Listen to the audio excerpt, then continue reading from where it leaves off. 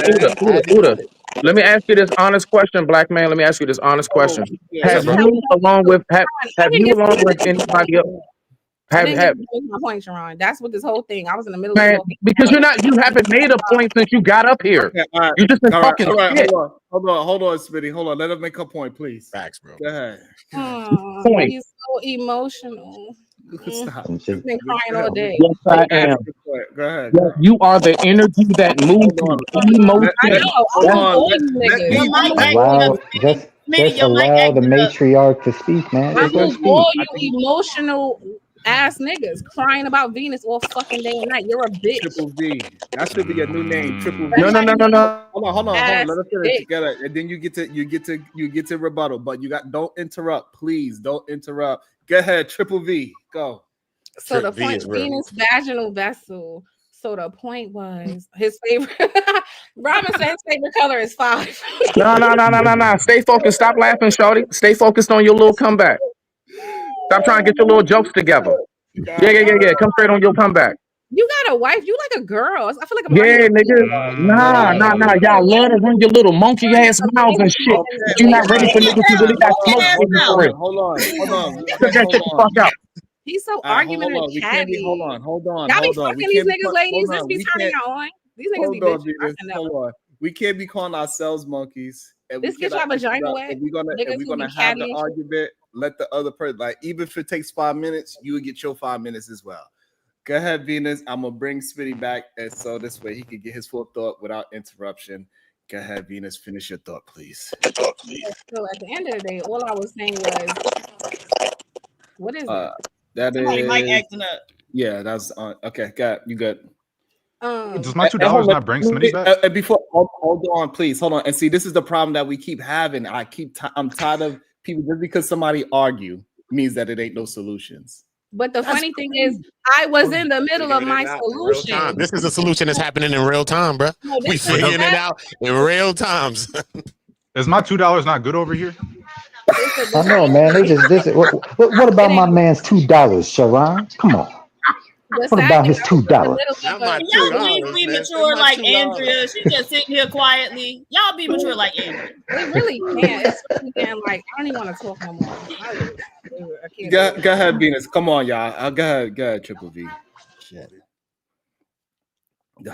See what y'all did. Now she gone. See what y'all did.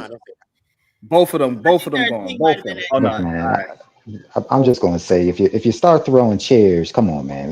We black folk. I'm gonna throw a chair too. Y'all made Andrea All right. leave. Andrea too? Oh man. Go ahead, Smitty. Shit. Oh no. I digress. My mic is muted. Much respect to the panel. I will stand in as the supreme vaginal vessel. Yeah. The interim vaginal vessel. Interim. The IVV. Oh shit. Y'all are crazy, man. Oh man. Came back at a good time. Yeah, of course. Yeah, bro. I just think a lot of that shit is just psychological, bro. A lot of this shit is psychological, man. You know what I mean? But on a bigger scale, we don't see it. You know what I mean? Because you don't see the residual effects of slavery because we never lived in slavery and shit like that. You know what I mean? But there are residual effects that we all have from it. You know what I'm saying? And I just think, like, you see it more like, like me, I'm coming from a hood place, right? So you see a lot of it there. You know what I mean? You see a lot of these illusions and these stereotypes and these stigmas that we be trying to keep it real to, that we be idolizing, that don't be worth shit and it don't be nothing. You know what I'm saying? But you see it. You know what I mean? So I just think it's just how you look at this shit, bro. It's so psychological. Yeah, read the I American agree with what slave you codes. The American slave codes. It's Give you a all good psychological. idea. Read the American slave codes and what is it, King Cotton. Read those two. Yeah, you want to know about that stuff. Yeah, King you're Cotton. right. You're right. King Cotton and American slave codes. I read that one Break too. all Yeah, I that read stuff that. down. Yeah, it's a good one. You break that down. Yo. And that's what it is, bro. That's what it is, bro. We on the blame game. We all pushing on each other. That shit ain't about nothing, bro. At the end of the day, we got to understand this ain't the 60s. The 60s wasn't like Jesus to us. You know what I'm saying? It's one of the realest times. We always quote it. I keep saying that. And it's a real time. But it was also stiff, too, as well. It was also stiff. Men had roles. I got Women a was question like for you. this. And it was mad stiff, you know what I'm saying? Women were supposed to do this. The way to a man's heart was through his belly and all this other stuff. Remember? Nowadays it's different. You know what I'm saying? I think that today we do have more things that men are more flexible, and I think women are more flexible. Women are working, women are doing things in the house. Men are doing things in the crib too. Men is cooking, doing shit like that. Back a certain time, you in the kitchen, they'll joke you to death. What you in the kitchen for? As a man, you know what I'm saying? So I just think that all the beef and shit is just corny, bro. We just got to put it together and figure it out. When y'all was working in the white man kitchen, y'all wasn't being joked out of there. The man who created the seminal soul food dish, macaroni and cheese, it was a man. Yeah. Yeah. That's true. I mean, that's true. He But was that made that for real? Yes, he created that recipe. He was what's his name? George Washington. I never knew His he owned him. George Washington owned him and sent him to France to be trained as a chef. And he came back and made our baked macaroni and cheese. You got some. That's right. Wow. That's crazy. I love me some baked macaroni and cheese shit. Me too. Thank you. That's crazy. That's our ambassador. He got kids' music playing in the background. Shout out to ambassador. That's what it was, right? I heard. I was like, oh no, I got the little guy on the tablet giving him his 30 minutes, you know. So yeah. That's what's up. You always with the children, so that's what's up. All right. Oh, I You stay was the with one him. that was talking about the numbers. You was the one that was talking about the math and the numbers today. Oh yeah, I'm that guy. That was you that was telling me that you was teaching kids the numbers and stuff, right? I'm always ready to. I'm always ready to fight about that. You know. Yeah. I If remember. you know I remember that one day. problem, I just hear your voice and I put you it know together. that problem Sharon gave me. It's like, well, you know, 60 plus 3. You saying your kid doing that? The next week we actually mastered that part. So yeah, she can do that. She can do that. Salute to That's that, bro. awesome. And look, and they talking about we don't have no. They talking about we don't have no solutions here. You hear that? That's for all the naysayers and the detractors that always try to make it seem like I gotta be the only one with solutions, but they ain't giving no goddamn solutions whatsoever. No, Sharon, don't be flipping the script, all right? Because I was talking to you. You're talking about that. Us psychologically scarring the kid for having her add 60 plus 3. Goddamn it! Don't start switching stuff up. That's right. right. I said I was traumatizing that baby for making her count. Absolutely. And that's right. It's life changing. It is life changing. When you come up with a plan that might change somebody's mindset, that is life changing, literally. If somebody changed their ideology, that would change their life, literally.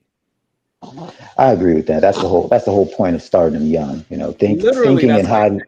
Thinking in high level math is it's a mindset. It's actually training your mind to see patterns. Yeah, why you trying to shine him for being a good daddy? See, it's your fault. So yeah, he's trying to flip the script, but I remember, goddammit, the whole family remember that. The whole family remember that. This whole family. The whole family like what? Your voice, it all came back to in my mind. I just remembered the conversation. I know everyone was shocked on that. What? Hold on, Sharon. Why you got me at the bottom? Why do you have the supreme vaginal vessel at the bottom? Thank you, sir. Matriarch, thank you. Right. Put the matriarch in the proper seat, please. Universal system of the VVs. Use the universal system, homie. Universal symbol, homie. We Trekkied out over here. Go ahead. Let me ask you. So any of y'all talk to your mama today? Hi. Hi, baby. I gotta call her. I just was gonna call her. I want to remind y'all black men to call y'all mama. I call her every day, bro. You need to call your mama and tell your mama thank you for bringing your black butt into this earth. You need to thank her for all the stuff that she done, man. Cause woo, she did the best she could with y'all. And I would like to say, call your father as well. I don't know why we're gonna act like that shouldn't be said. Call dad. If your dad's around, call your father and let your father know how much you love him and thank him. Because we don't have to preface it with if your mom around, right? Because mama was 9 times out of 10 around. It was much less consistent than that. How that Jay-Z song goes? I'm not gonna go there, Diva. I ain't gonna do it, Diva. Either Bear, you want to jump in there before we go back into the video? Oh my god! I was talking about my mama. My mama's such a great woman. I can't ask for a better mama, man. I tell you. And you look just like her too. I do. I look just like my mama. You do? Yeah, Just like just like a spitting image. I was talking to her, she's like, "Baby, you sent my ticket." I said, "Yeah, it's good to have money when you got a mama, boy. I be cashing out on my mama, boy. I tell you."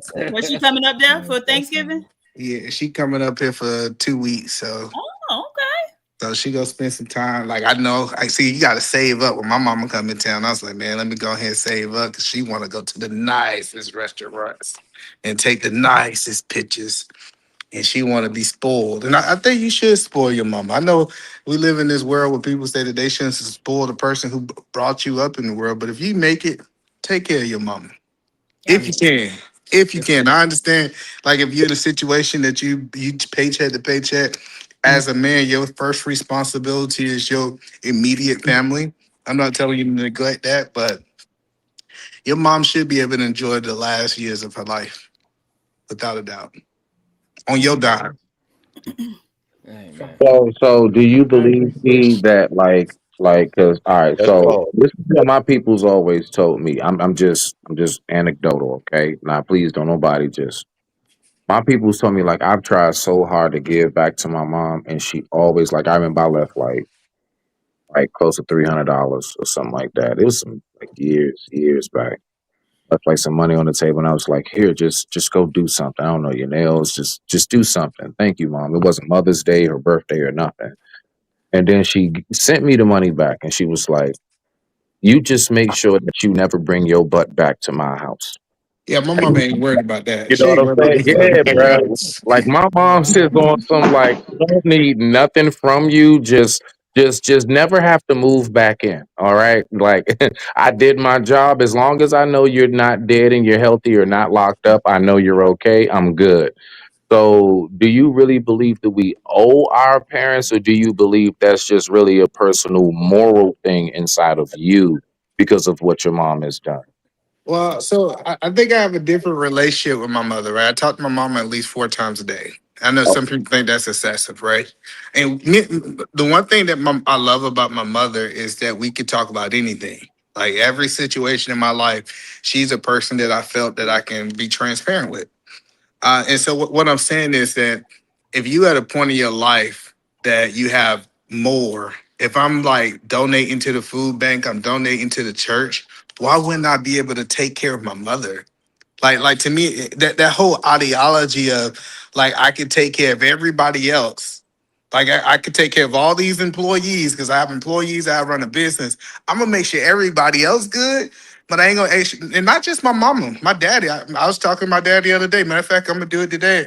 Hey dad, here's such I'm gonna send him, $80 for lunch today. Like, like honoring our parents, people don't understand the reason a lot of people I think are struggling is because they don't honor their own parents. The reason people have problems with their kids because they ain't honoring the parents they came from. Well, this is my thing. All right. So, one, we all know that most of us in our age range was raised with our parents primarily used to say, I want you to have more than what I had. So the only way that they were able to do that, right, and most of us do at this point, is because they were able to be self-sufficient enough. So my whole thing is like the whole we really owe our peoples. I do believe that we should definitely give back to our peoples, but I do agree with how my parents raised me on the moral value of I did my job and I did it because it wasn't for you to take care of me or if you make it to the NBA or NFL, because, we're not supposed to get no pat on the back for being parents, is my point. We did that because that's just what we're supposed to do, is my point. So And I think that's hold what on, let me hurt. jump in real quick. So the problem, either man, is that because in the space that we are in, the reason why they don't preach that is because mama is the reason why they're in the position. They blame their mother, even though she was the one that did her best to tell them to go to school, do the right thing, don't be in gang violence, don't be fighting. You need to go and do X, Y, and Z to make yourself better. They are mad at her for telling him the right thing. Just find a But they reason to blame men, Sharon. no, I'm telling you what is What happening. just happened, bro? What happened is, so the problem Because is, all the for some guy did reason, we say, all cannot. he said was take care of your mom, and there was pushback. So I get why he's like, why push back against that? I'm telling you why that's why they push back. They have resentment for their mama. Like, if you have, all he said was, if you have extra money, look out for your mom. I mean, even I would want to Right. do And the that. reason why they don't is because day to day, when they having conversation, they talking about a black woman, they really talking about their mama.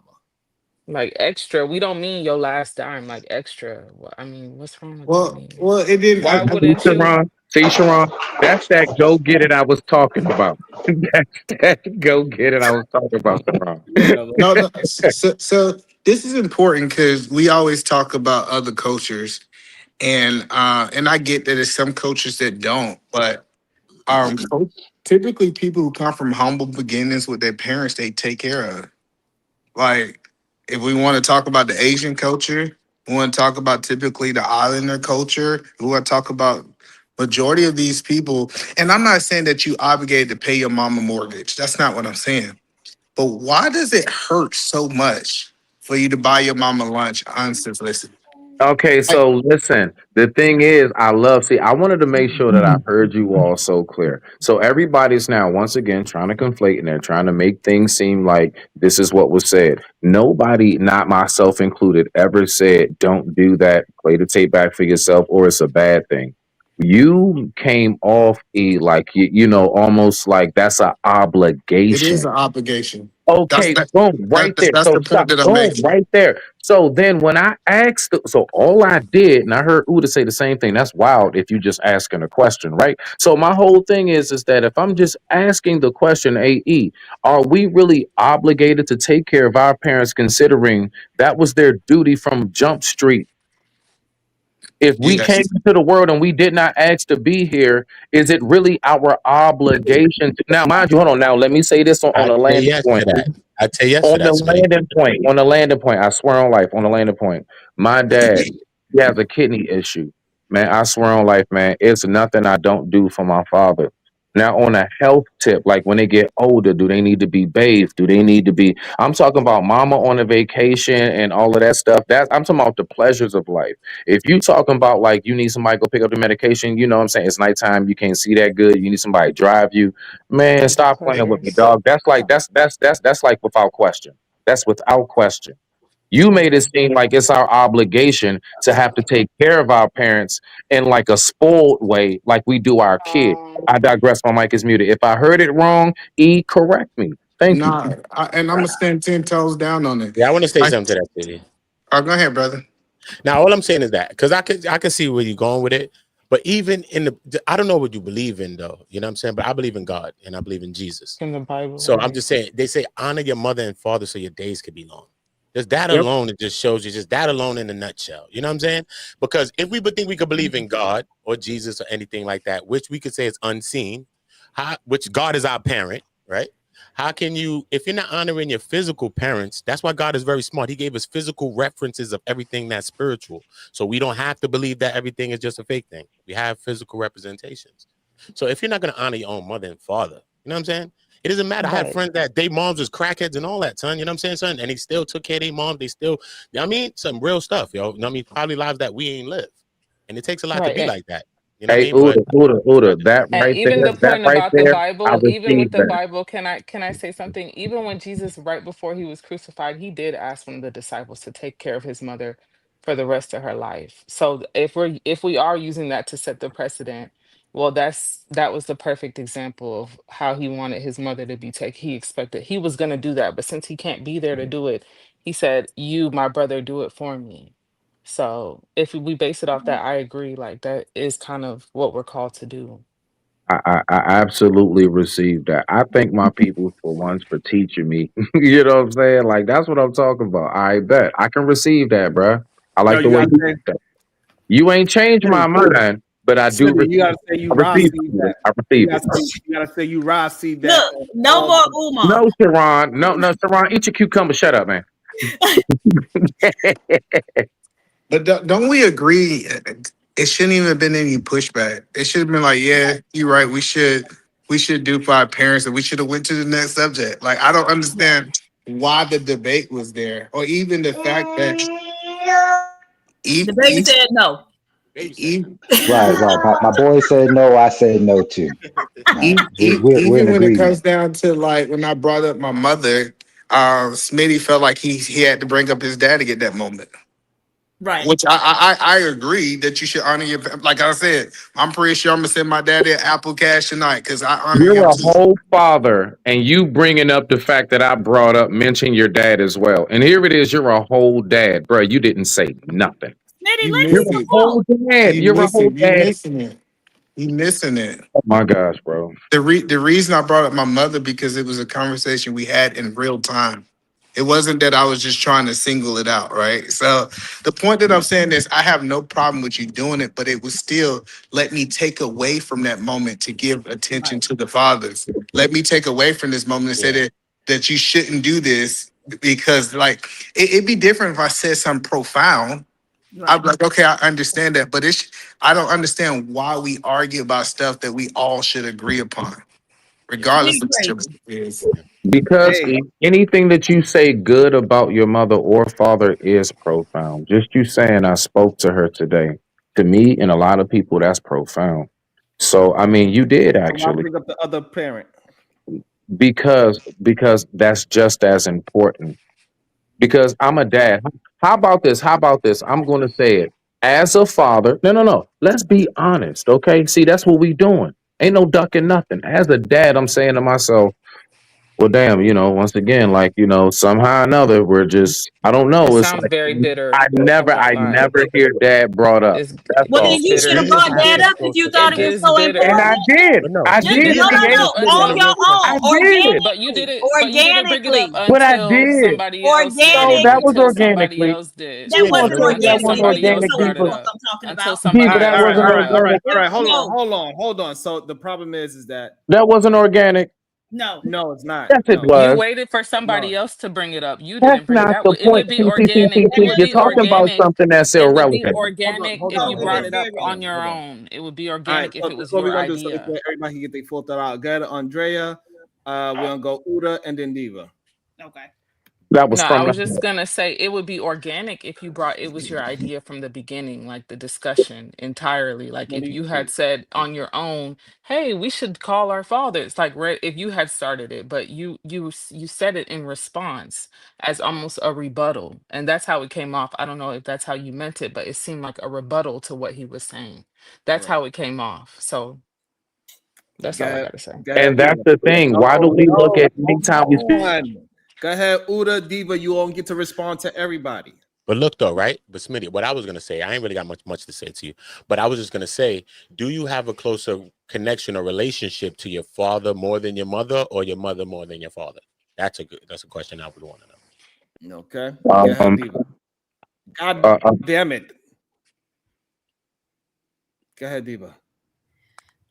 Well, so I just think that it is yet another illustration of Smitty's reactionary masculinity, right? Because when you standing firm in your masculine, don't come on, E, stop. When you standing firm, stuff like that don't like trigger you, right? But it was very reactive. Oh, well, he said take care of your mama. Well, what about your father, right? And so it's just a symptom or an indication of the fact that he's not quite comfortable in his masculinity, and it's a little dysfunction there. He has developed a reactionary sense of masculinity rather than a stable, self-assured sense of masculinity. And these aren't my words. These are actually the words of Dr. Amos Wilson. So Right. It gives like hater vibes. Like you can't stand like when you hear somebody else get it's like that one friend who can't stand when you get a bunch of praise. So there's like a detractor. Like it just gives that vibe. I don't know if that's what like, and it kind of seems like maybe you're bitter for being unappreciated. Maybe you feel unappreciated, right? And so it's like being projected when you see somebody else get appreciated. I'm just saying Okay. that's how it comes off to me. So Okay. Go ahead, Smitty. Answer all three. I would have to literally go back down the line. I don't. All right, so I think Uda, what did you say? Oh Lord. Did You you have asked a me, closer relationship to your mom or to your father? Who did you have a closer connection or relationship with? Was it your mother or your father? in my earlier stages of life, all the way up through like middle school, I would say my mother. And then I mean, in my earlier stages, it was both equally. Like I used to watch the Bullets play with my dad, and I would go talk to my mom about my day at school.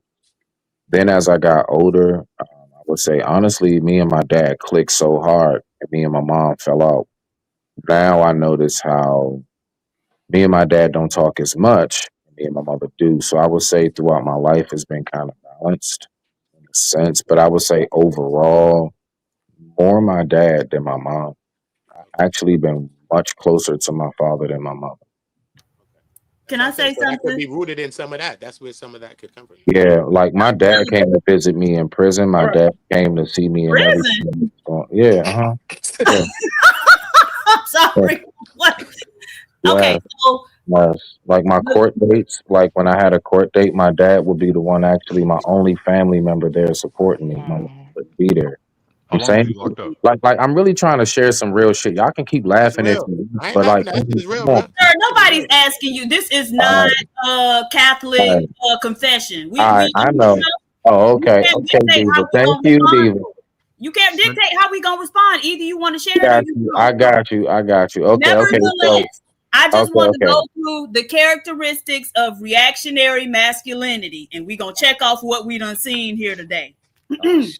Right. Oh gosh. Lacks a sense of social responsibility or social interest. That was why the question of, well, should we take care of our mama came in the first place. Your mother is literally the And person. every hold on, and everyone that she says, if I y'all don't believing understand that how is we a got check. there. I thought I was responding to what everybody. Okay, hold Thank on. you, You Jesus. passed the I know, ball. and then he mutes me after I made it clear. I thought I was responding.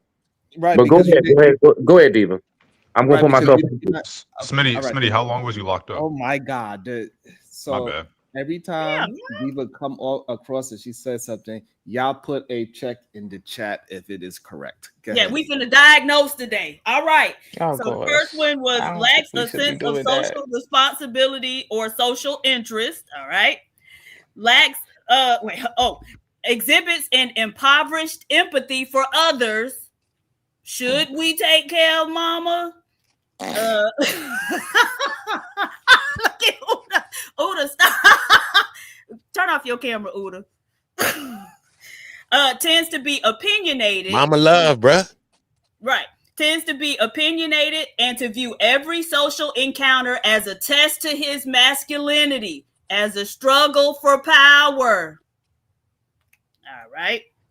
Let me see. Motivated primarily by fear, avoidance, escape, retreat from responsibility, ego defense, and reactionary frustration. What about daddy? You did your daddy? Okay.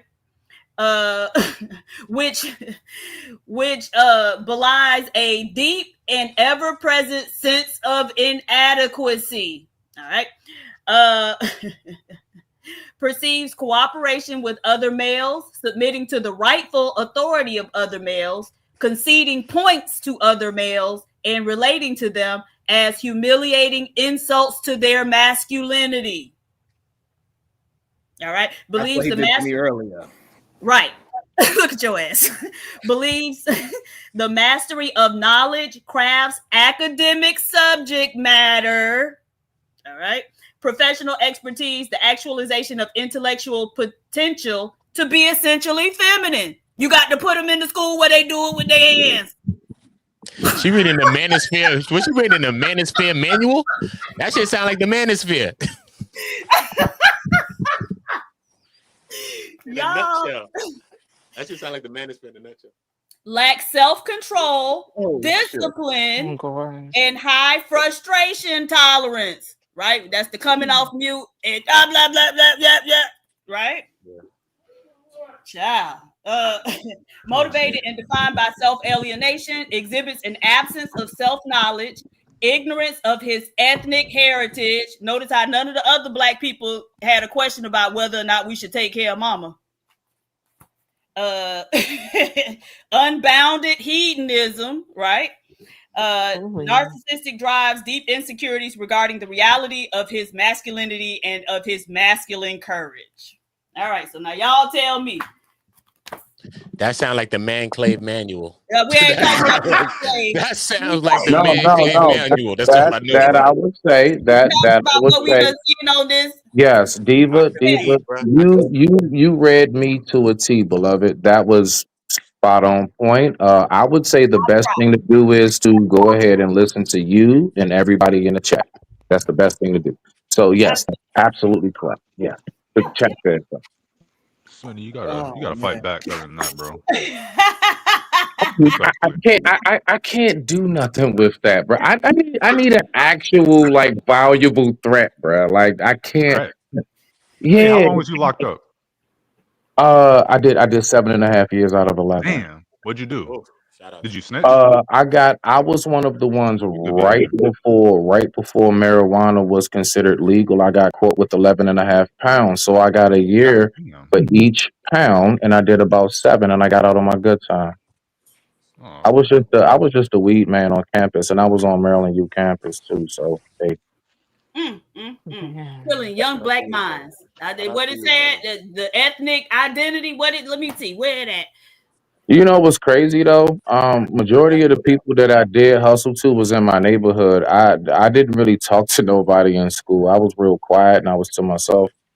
I really went back around the way because see, I was going to school right down the street from where I grew up. So I didn't have to serve on campus. I didn't have to leave out of town. I'm from Maryland. I said I went to Maryland U. All my peoples are like right up the street.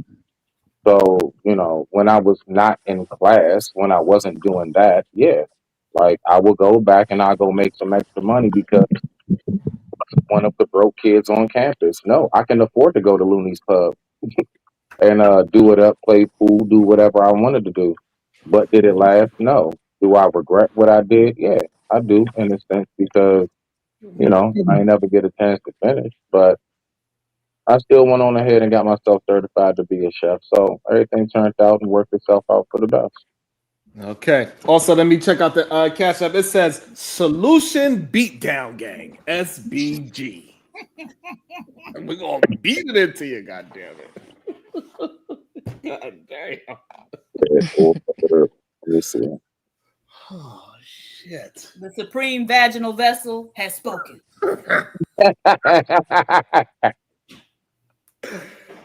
Oh shit. Ah, man. Yeah. The video?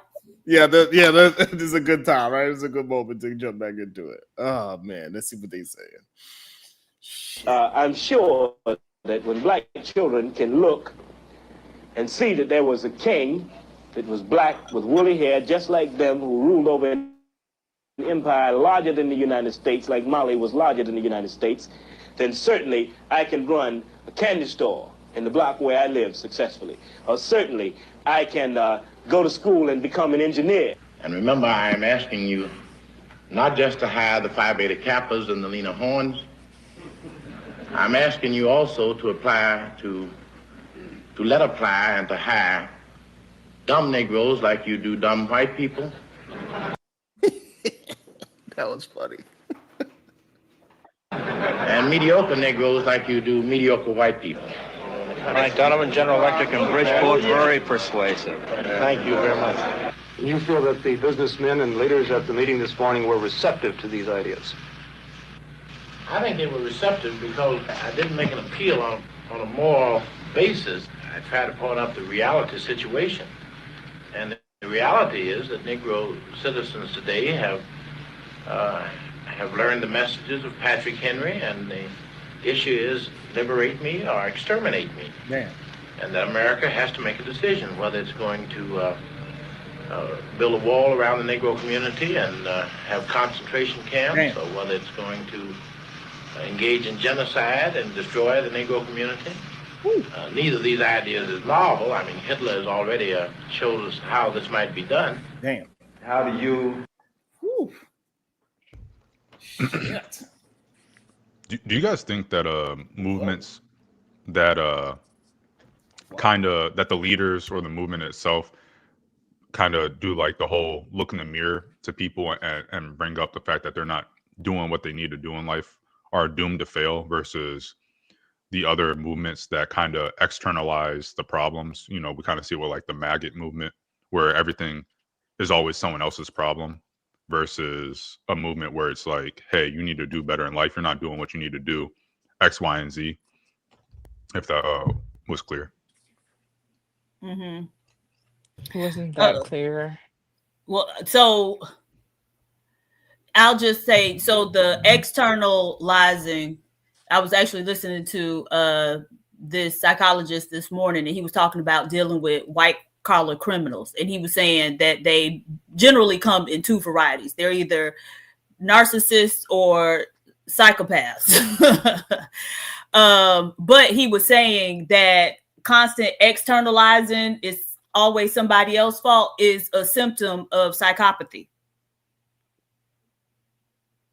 And so in terms of your question of movements, you know, whether or not they would succeed or fail based on who the blame is placed on, I don't think it's gonna succeed based on externalizing the problem and making it everybody else's issue. At the same time, the constant pathologizing of Black people, I don't think has really been effective. I think we need to identify what the root issue is and then attack that. And from my vantage point, the root issue is that Black people, like, honestly have no idea of who we are for the most part. Does pathologizing mean like the victimhood mentality, or? No, pathologizing means always saying something wrong with Black people. Okay. Yeah, I agree with that whole thing of using. I'm gonna try to be short with this.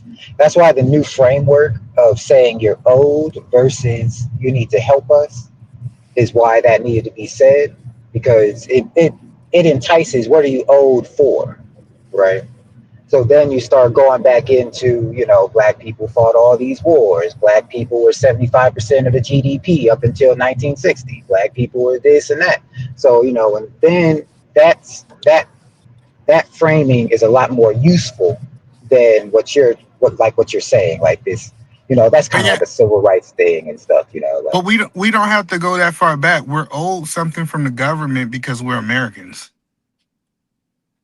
Nah, because we're owed No, hold on. Like, specific, just listen to what I'm saying. If Americans are paying or fronting the bill from a money aspect, Americans are owed something from the government because we are Americans. Period.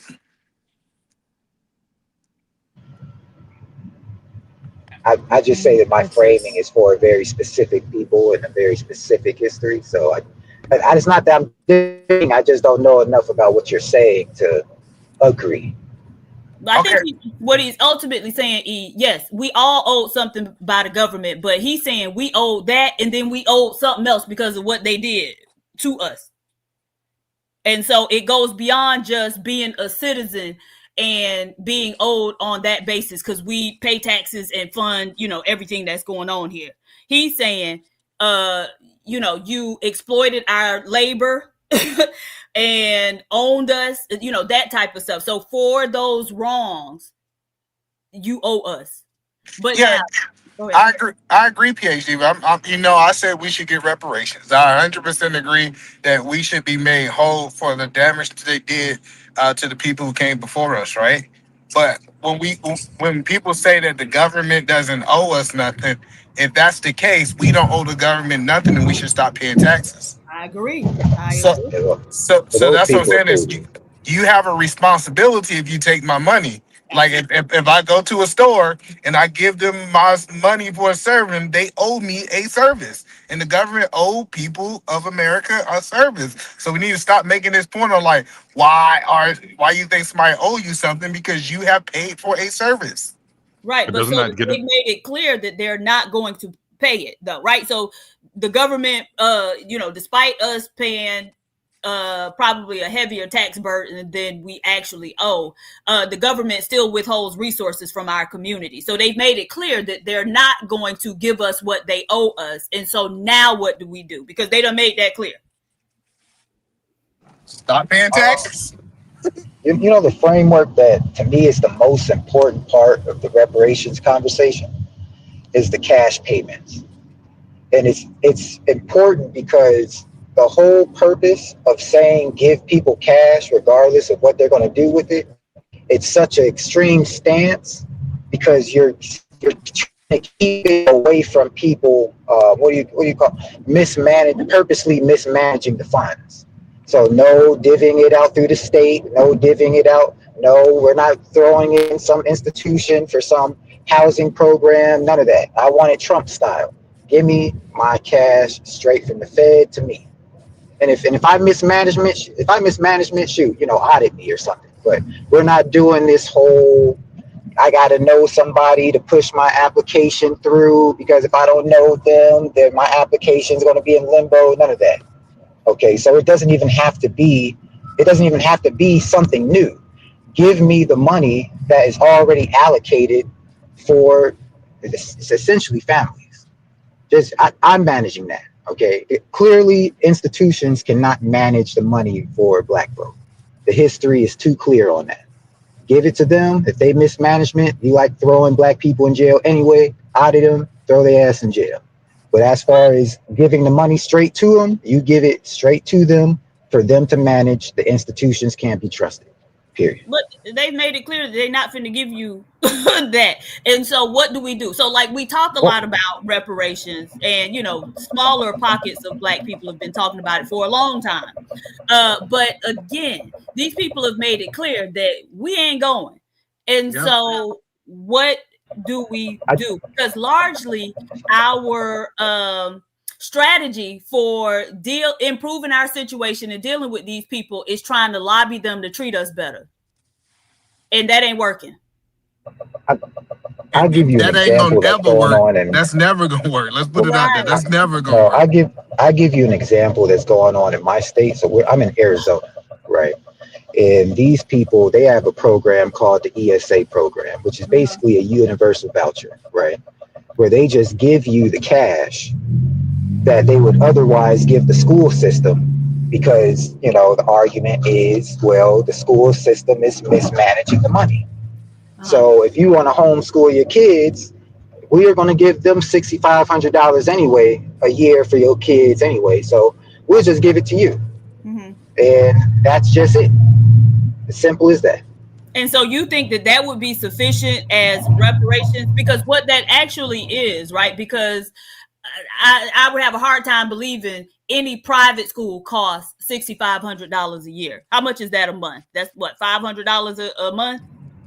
Right. Okay, sir, I didn't ask you to chime in.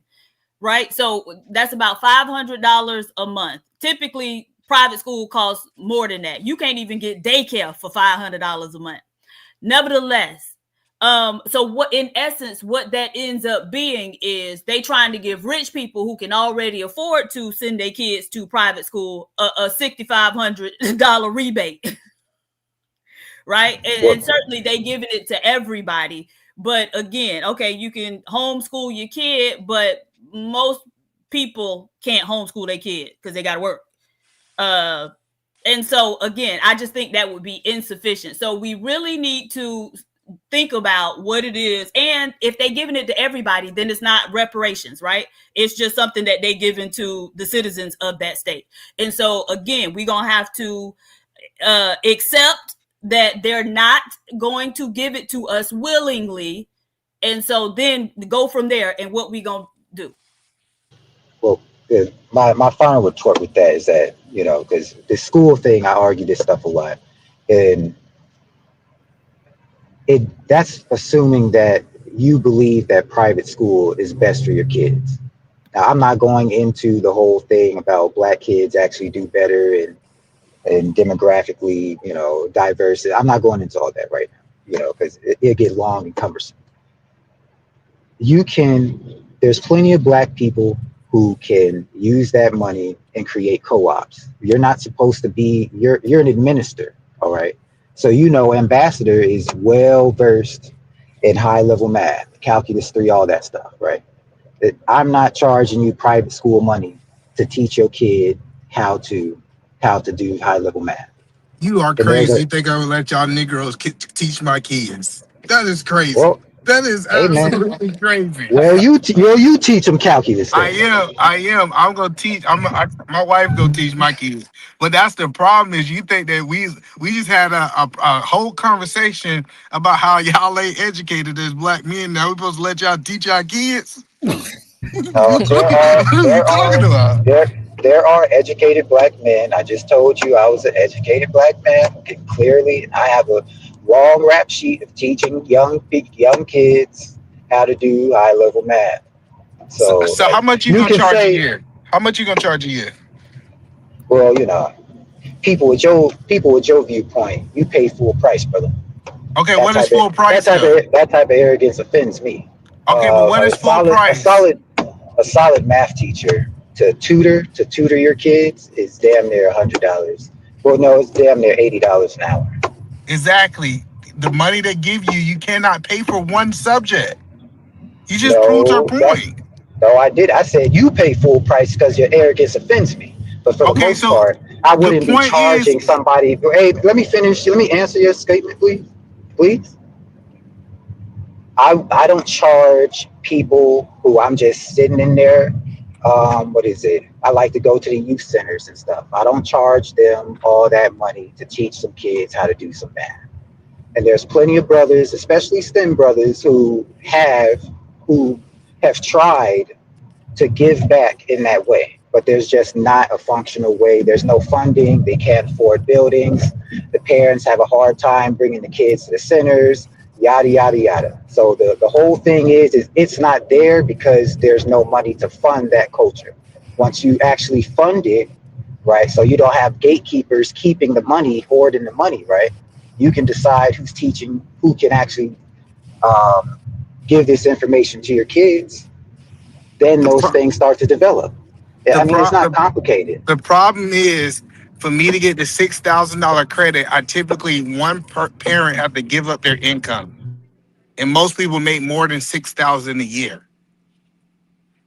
You can work swing shifts. One No, no, person no. works nights, one person works days. You still And you miss can it. only, You Everybody still don't miss. work shift work. Everybody don't do shift work, baby.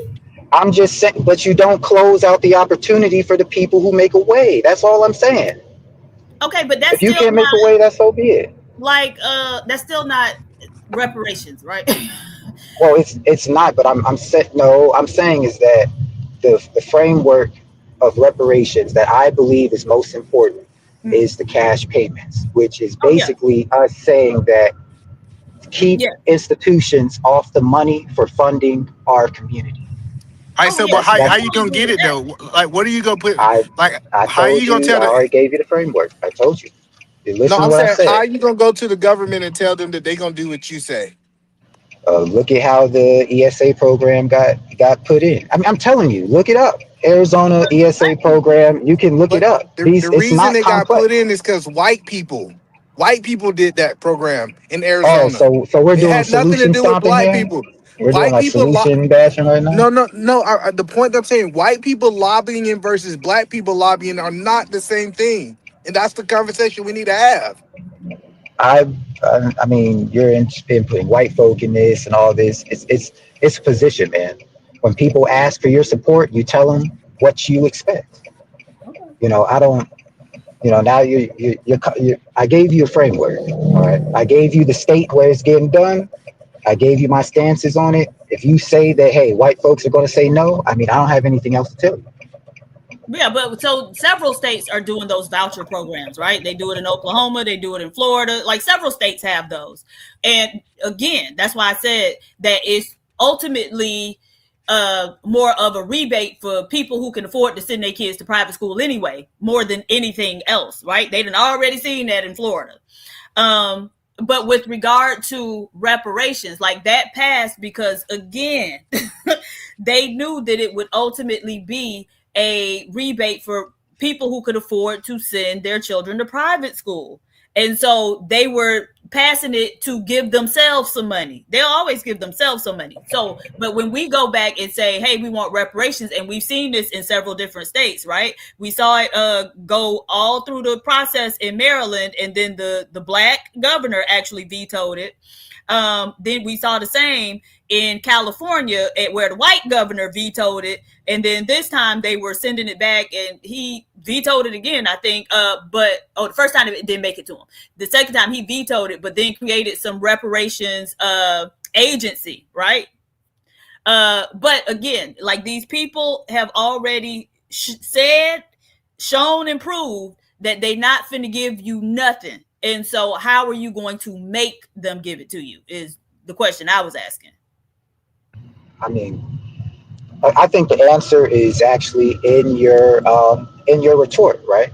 So if rich people it's going to be a rebate for them, well, don't they have an interest in that? And if people don't have no money to put into their kids' educate, well, can I But you're not what's it even called, answering my question, because if we talking about reparations, the rich people ain't getting nothing from that. Black people getting something from that, and we've seen time and time again when it's directed at black people, everybody say no. But you guys are conflating two things, okay? So at one instance, okay, the white people are not going to vote it in. So I'm like, all right, I already said the framework is that this is how you can manage your own money. So all right, so they're not going to support it. All right, then let them get their rebate. Well, that's not reparations. Well, I don't know which one you want. Everybody don't even have kids, so that's irrelevant to a lot of people, right? If you are an older black person and your kids grown and out your house, you're not getting no rebate for no damn school. If you a young person and ain't had kids yet, you ain't getting no rebate for no school. So it's really asinine and nonsensical to talk about a school voucher program and say, oh, this is the model for reparations. Now, when I say that this is an example of telling institutions to get their hands off money that are for people, are we not separating? Okay, so maybe it's not just the school system. Maybe it's institutions getting money for taking care of elderly people, or maybe getting money for prescription drugs, right? I'm just giving you an example. At this point, you think, well, what do they have they slimy hands on next that would actually benefit me as a single person? I'm a husband with kids, so obviously I'm worried about their education. But the part that it fits for you, I mean, you'd have to stick your hands in the muck and see who's pinching off that money. But I'm sure they pinching. What?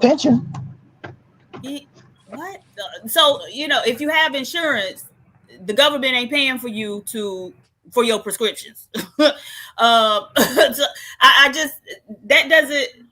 It's not. I have my insurance. It's not reparation. That's I all. have my insurance license for this, though. I can describe what he's that. saying, though.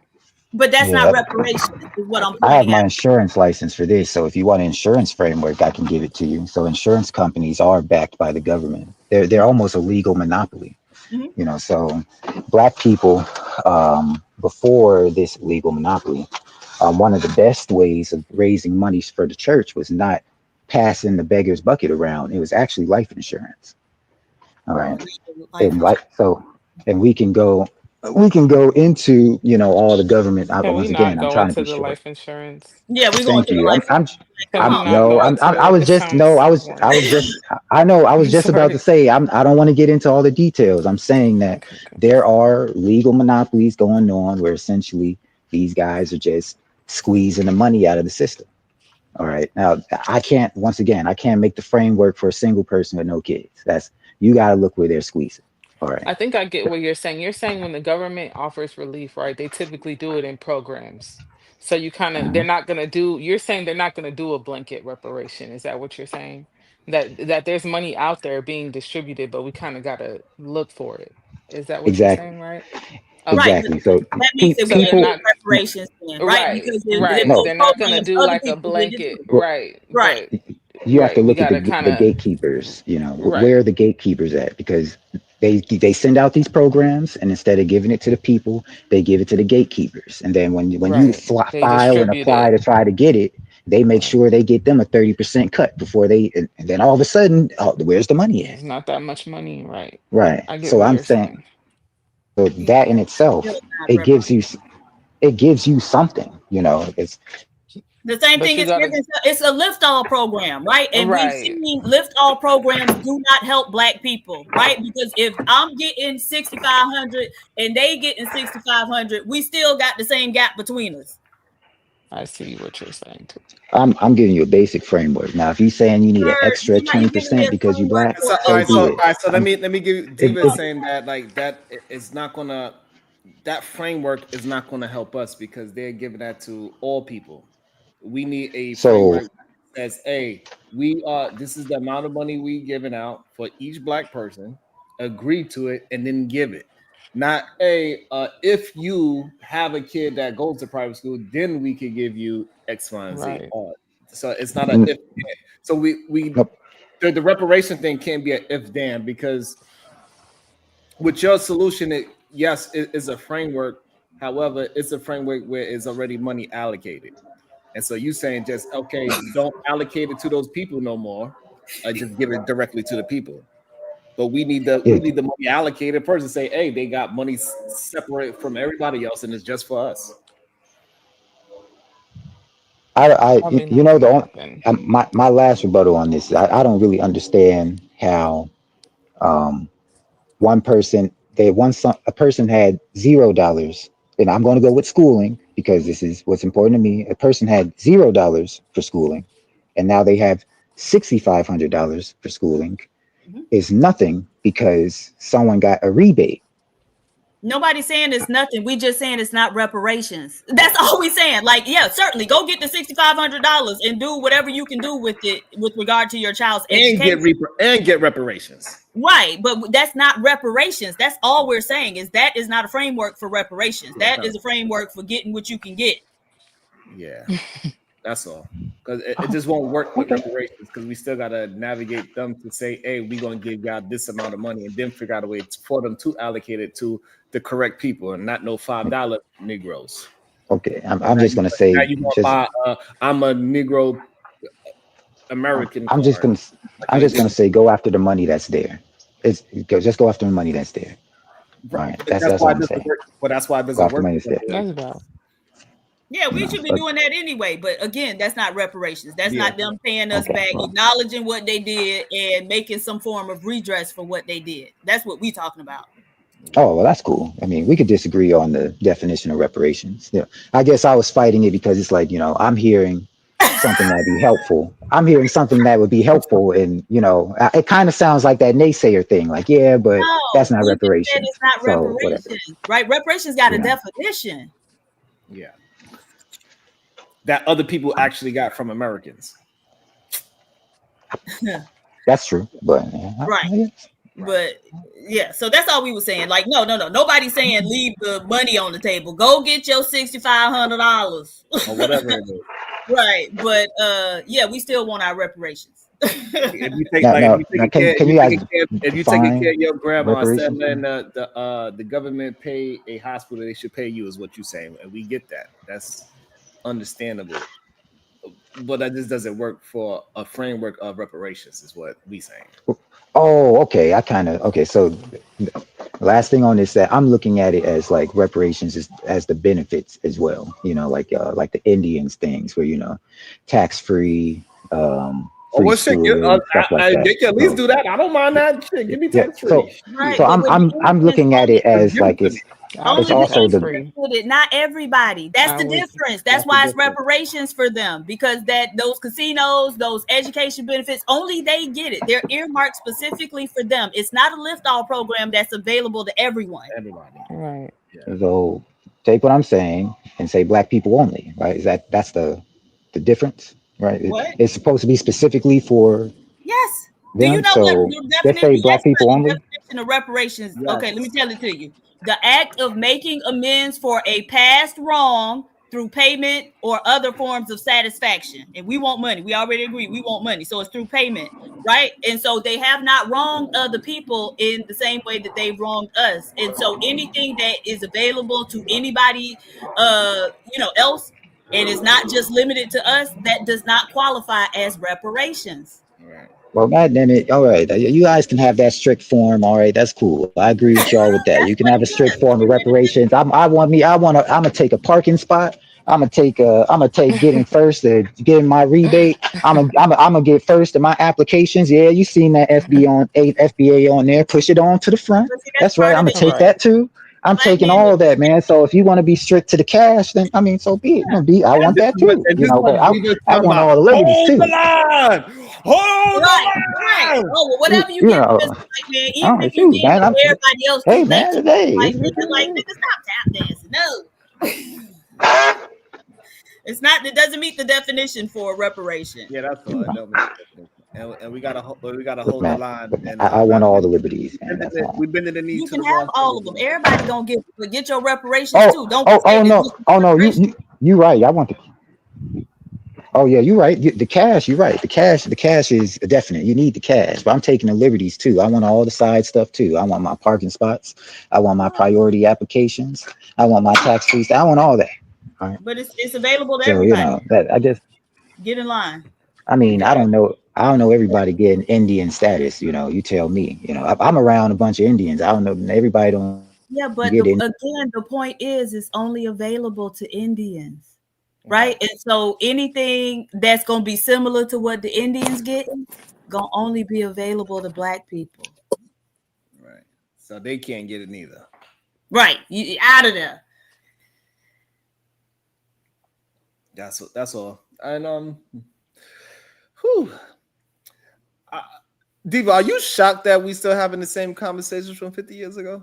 No, no, no, because as I've said many times, well, first off, like I said, black people don't even know what the root cause of all this is, or the root issue that we need to deal with first before we start trying to, fix all the other stuff.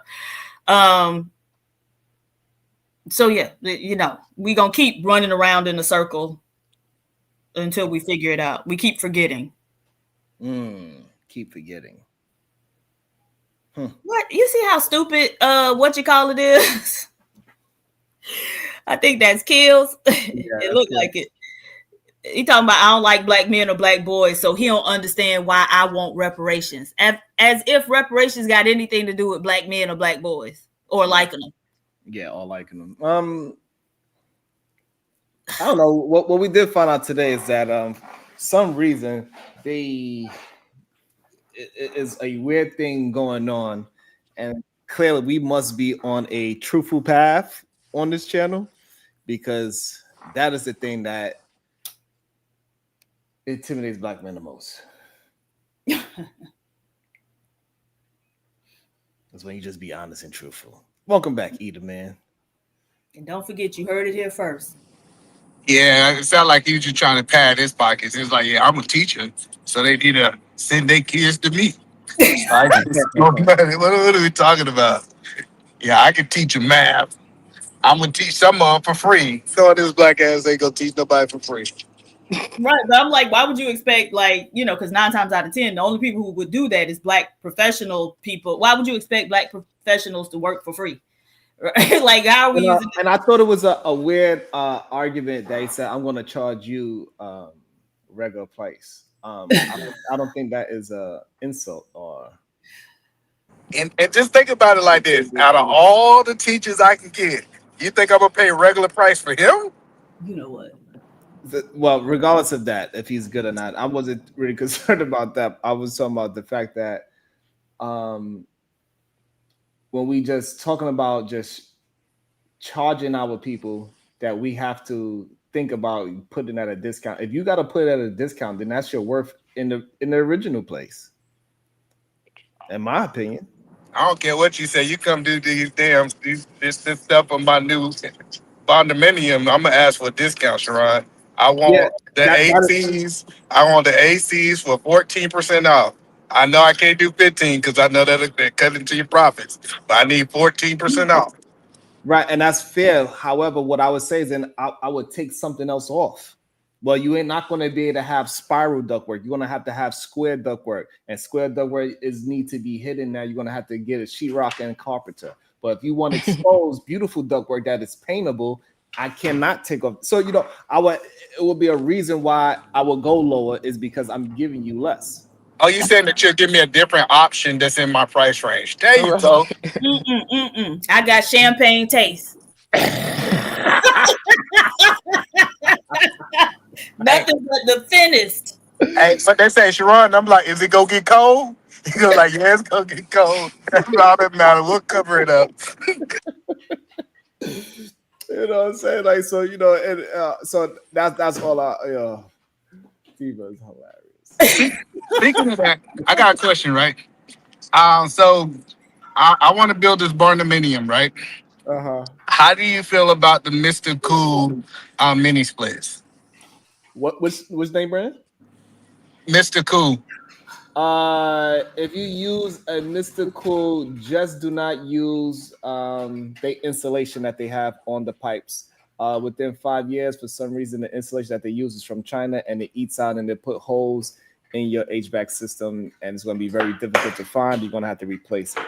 So if you are going to use a mystical, change the insulation, use real insulation. And you can do it yourself, so you could put it together yourself and just use a professional to do the vacuum to start it up. That makes sense. Yeah, because I was trying to figure it out because they said that the Mr. Cools was pre-charge, but you said the pre-charges, those systems get eat up quickly. No, the system itself is good. The insulation that comes with the Mr. Cool is from the cheap stuff. It's the cheap stuff. Yeah, and it will eat into the copper that they use, and it will give you holes in your system, and then you're not going to understand why you lose a refrigerant. And when you hire somebody to come and check it out, they're going to check your whole system when the main problem is the insulation. And if the house is already fully insulated, you are not going to rip out no walls to replace all the insulation. So it becomes a nuisance. So use real insulation on it, especially on the outside.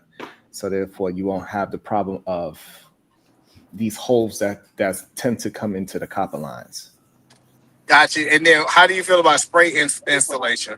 Because I heard like that was like the new thing. Instead of getting the fiberglass stuff, just get somebody come in and spray the insides. For the barndominium, that is understandable because it's a higher rating.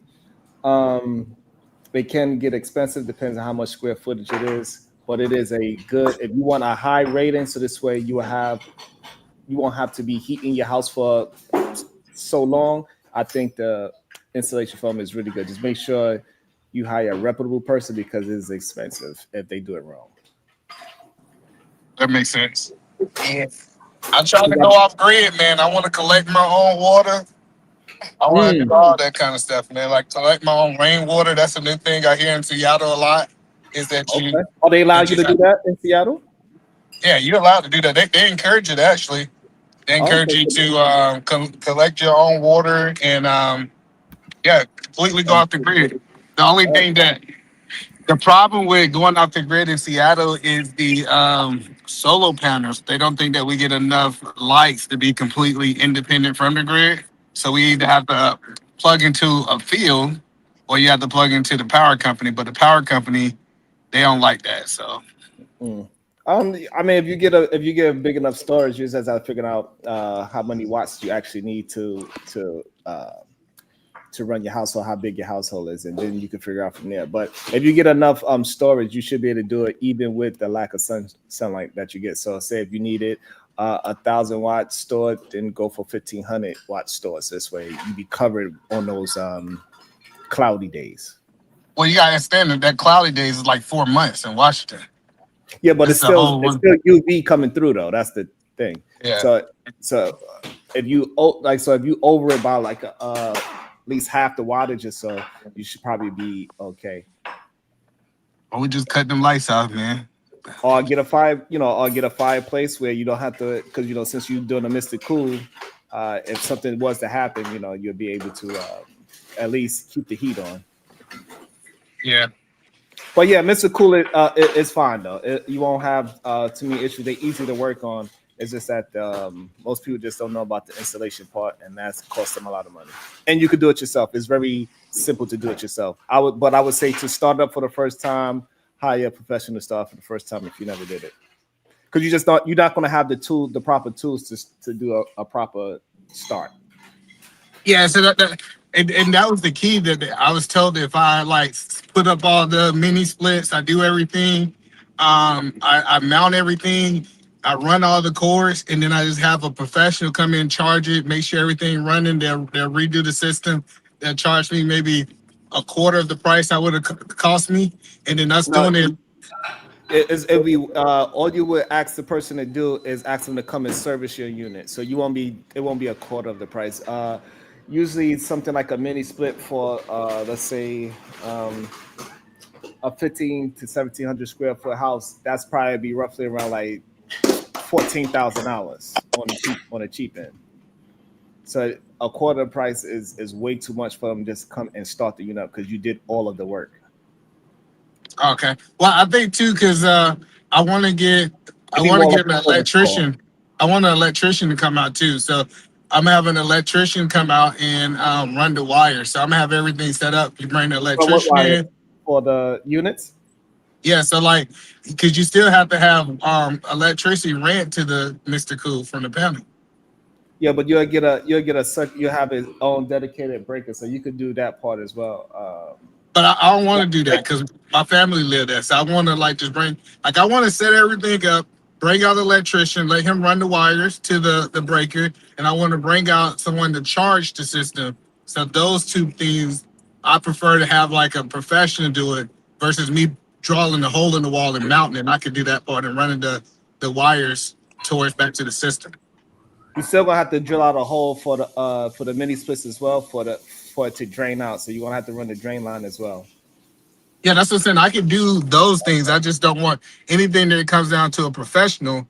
I want like even like when we looking at plumbing, you can do most of your trench work for plumbing, but I still want a plumber to come in and lay the pipe correctly to make sure there's no leaks. And also, between a Mr. Cool or let's just say a Lennox or a Rheem, you can still do the work yourself. So like even like so because I was looking at Mitsubishi. How do you feel about the Mitsubishi? Very easy to work on. Very easy. If you feel confident enough to run the Mr. Cool, you could absolutely run a Mitsubishi. Okay. And then I think that the one thing that helps is my father-in-law is gonna help me. And he don't do AC. He do heat. And also a Mitsubishi would be easier to get parts and all those things, and it'd be easier to replace if something was to happen. If you usually get a Mitsubishi or a Lennox or a Rheem. Lennox is made in America, Rheem is made in America. So Mr. Cool is not. But it is great I think Mr. Cool would be great for a garage. But for your house, I would go with something like Lennox because Lennox is Samsung basically, and we know they have a good reputation. Gotcha. So Lennox, I should look more into Lennox than Mr. Cool. Yeah. And then we know something. Look, without no book or nothing, right? Right. Yeah, and then, so are you against running 4 or 5 zones? No. Okay. No. As long as there's nothing wrong with it. As long as your system can support it.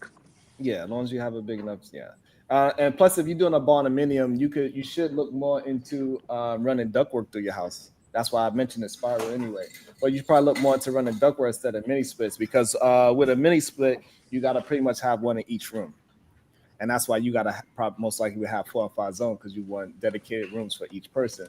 But if you just to do like a 4, I don't know how big the house you want to build, but if you just do like a 4-ton unit, you could run ductwork, beautiful ductwork, so you could look out through the house if you want to leave it exposed if you wanted to, which to me looks better.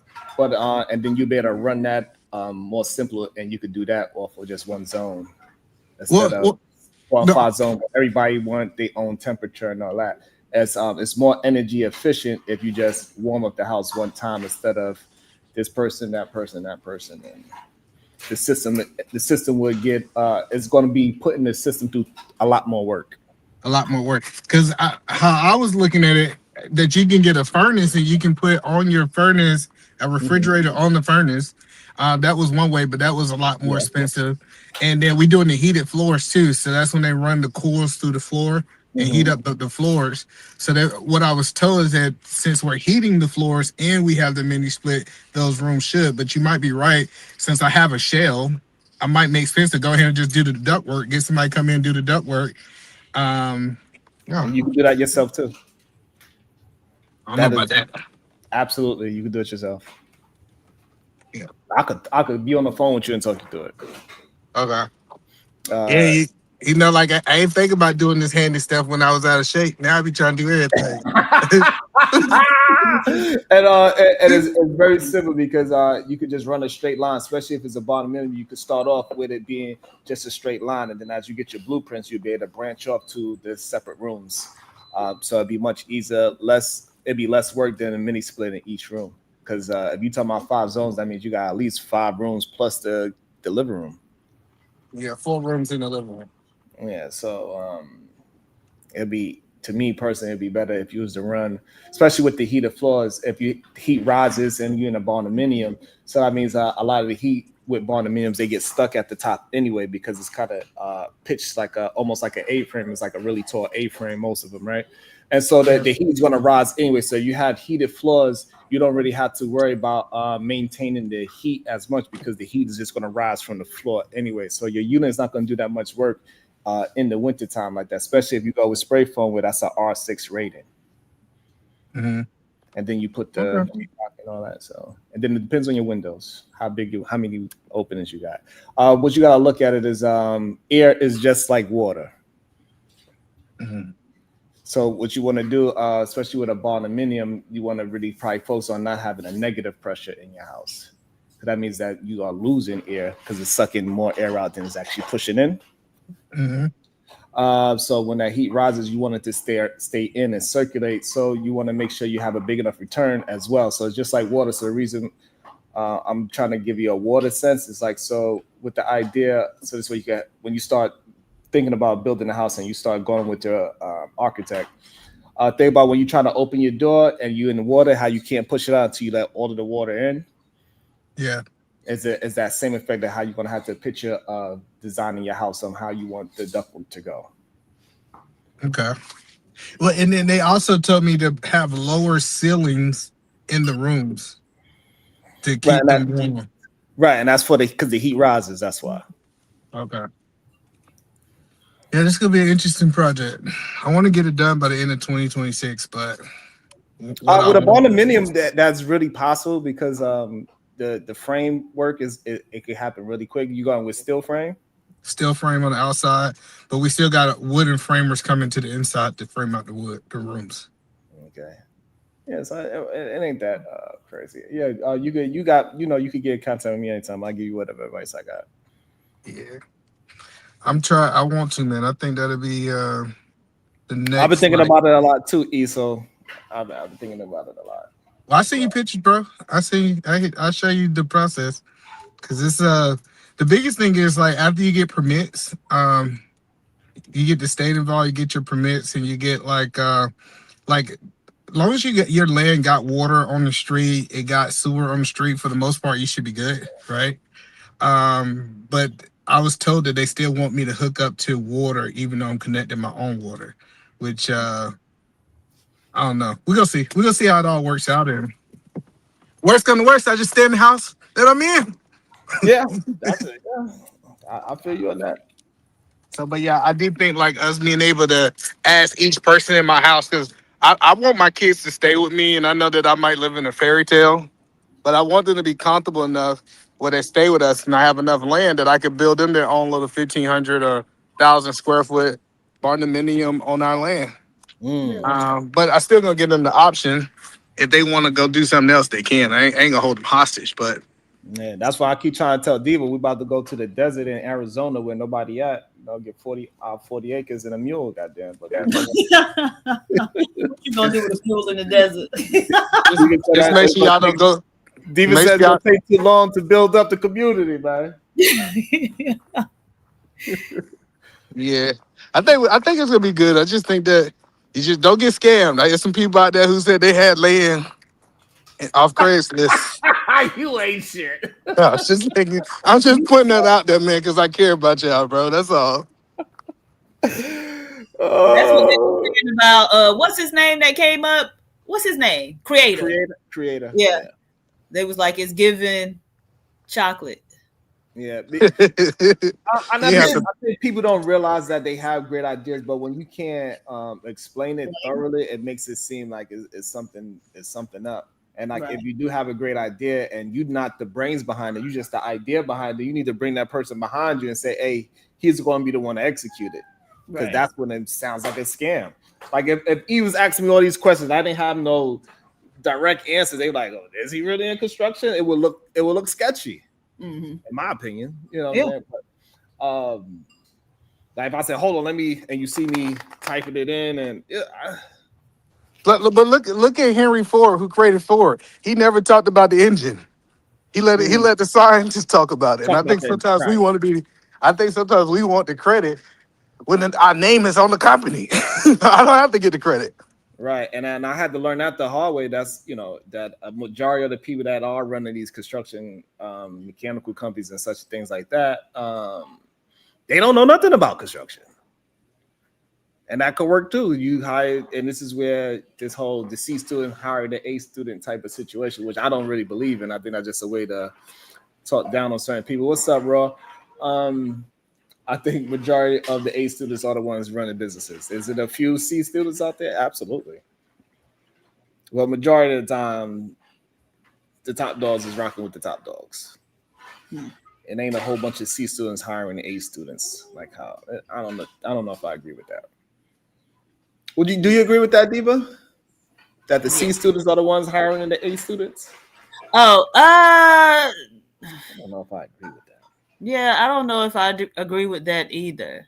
But I do think, it's important for us to, let everybody play their role. Let the thinkers think. Let the motivators motivate and galvanize. Let the people who gonna do the hands-on stuff do the hands-on stuff. Like everybody don't have to do everything. Yeah. Absolutely. Like, because I learned in my business, I'm the visionary. Listen, the details is my brother. He know how to put everything together. I can see things and like kind of just barnuminium. When I drew it out, it's like, you see that? Now I don't know how to do it, but I can see what I want to manifest. So I think all of us got roles and we just need to stay in your lane. Stay in your lane. And so how you even asked me, hey, what's up with these HVAC systems they give whatever you could got from me, right? Whether if it was good information or bad, at least you are willing to ask the question, and I'm willing to give it for free because I think that makes more sense. Either man, you know what I'm saying? Like to me personally, I think it just makes more sense. I will always give the information for free as much as I can to the people that I know rock with me. So, thank God, thank God you went saying you got to buy my course if you want to run it. Like, I don't want to buy no course. I want the information. Right. Welcome to the show, Ron G. Good day to you. How you doing today? I'm doing good. I'm up here on full and utter nonsense because e-begging is where it's at. That's why we have the same conversation, different day, different week, different month, different year, different life. And nobody don't got nothing of value or import to add to none of these conversations. It's a hustle. Not the little lady dancing in front of e-begging. Yes, I got a whole show talking about some e-begging today at 5:30. We finna talk about it. Like, it's just a hustle.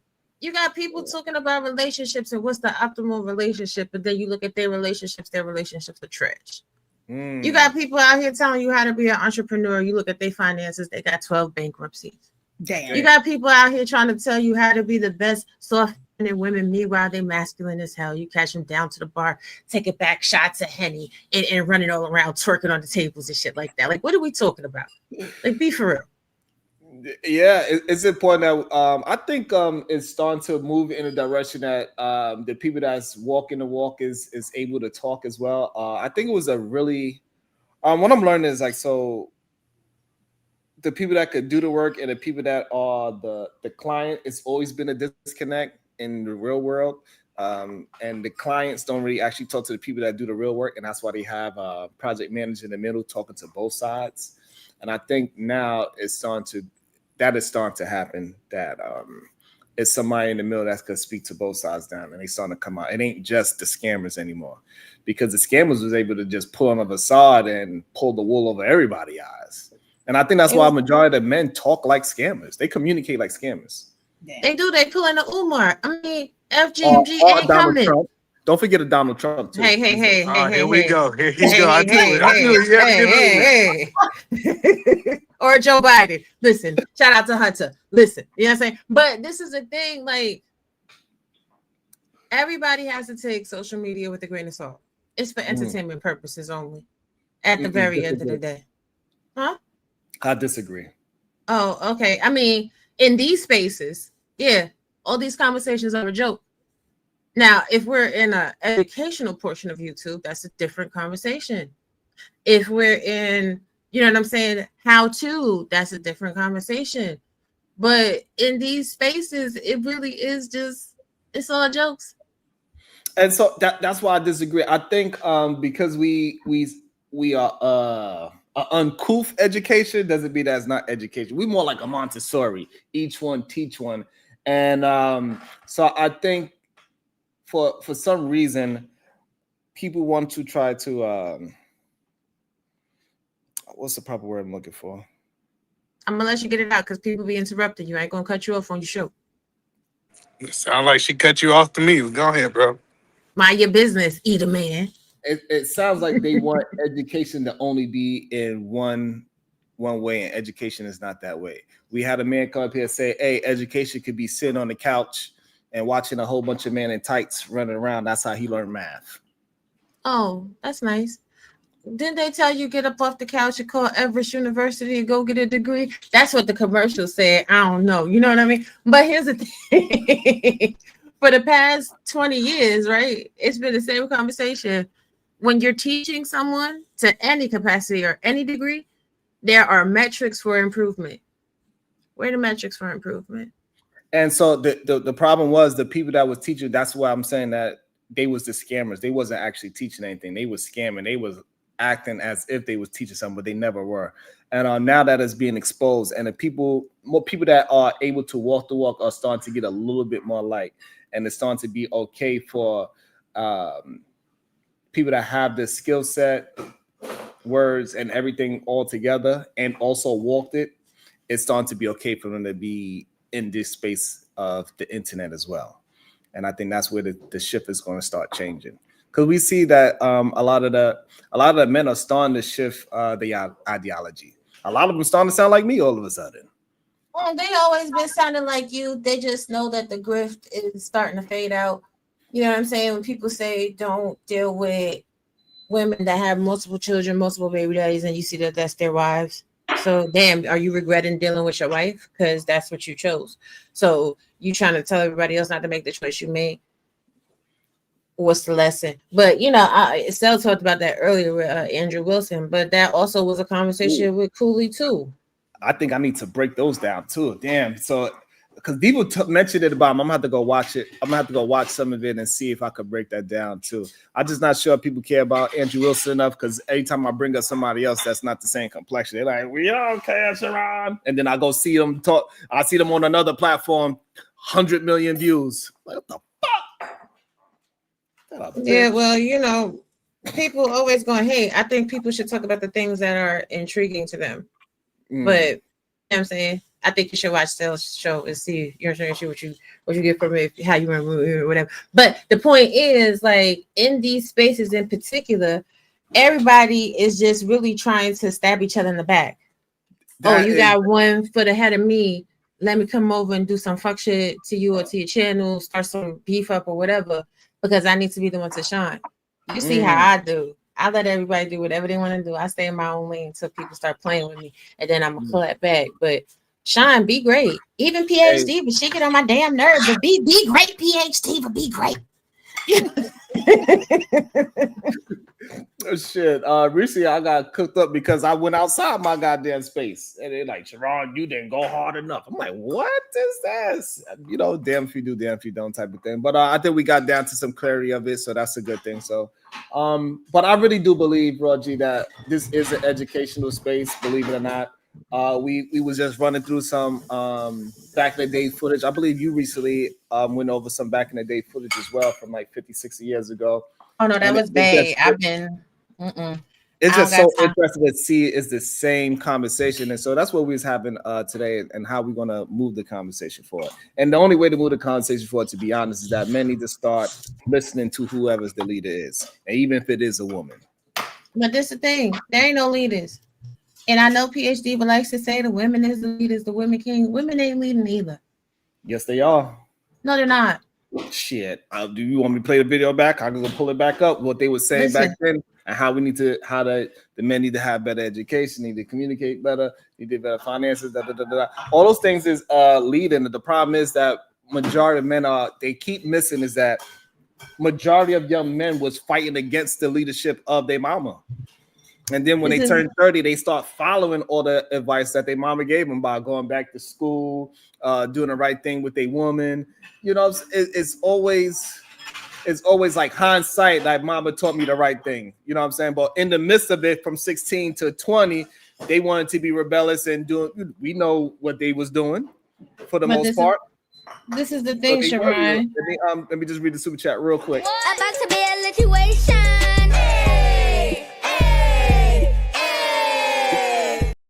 Shout out to Eda Man. Oh, I don't know if Diva's there. Eda Man Williams, 20 ball. Great show today.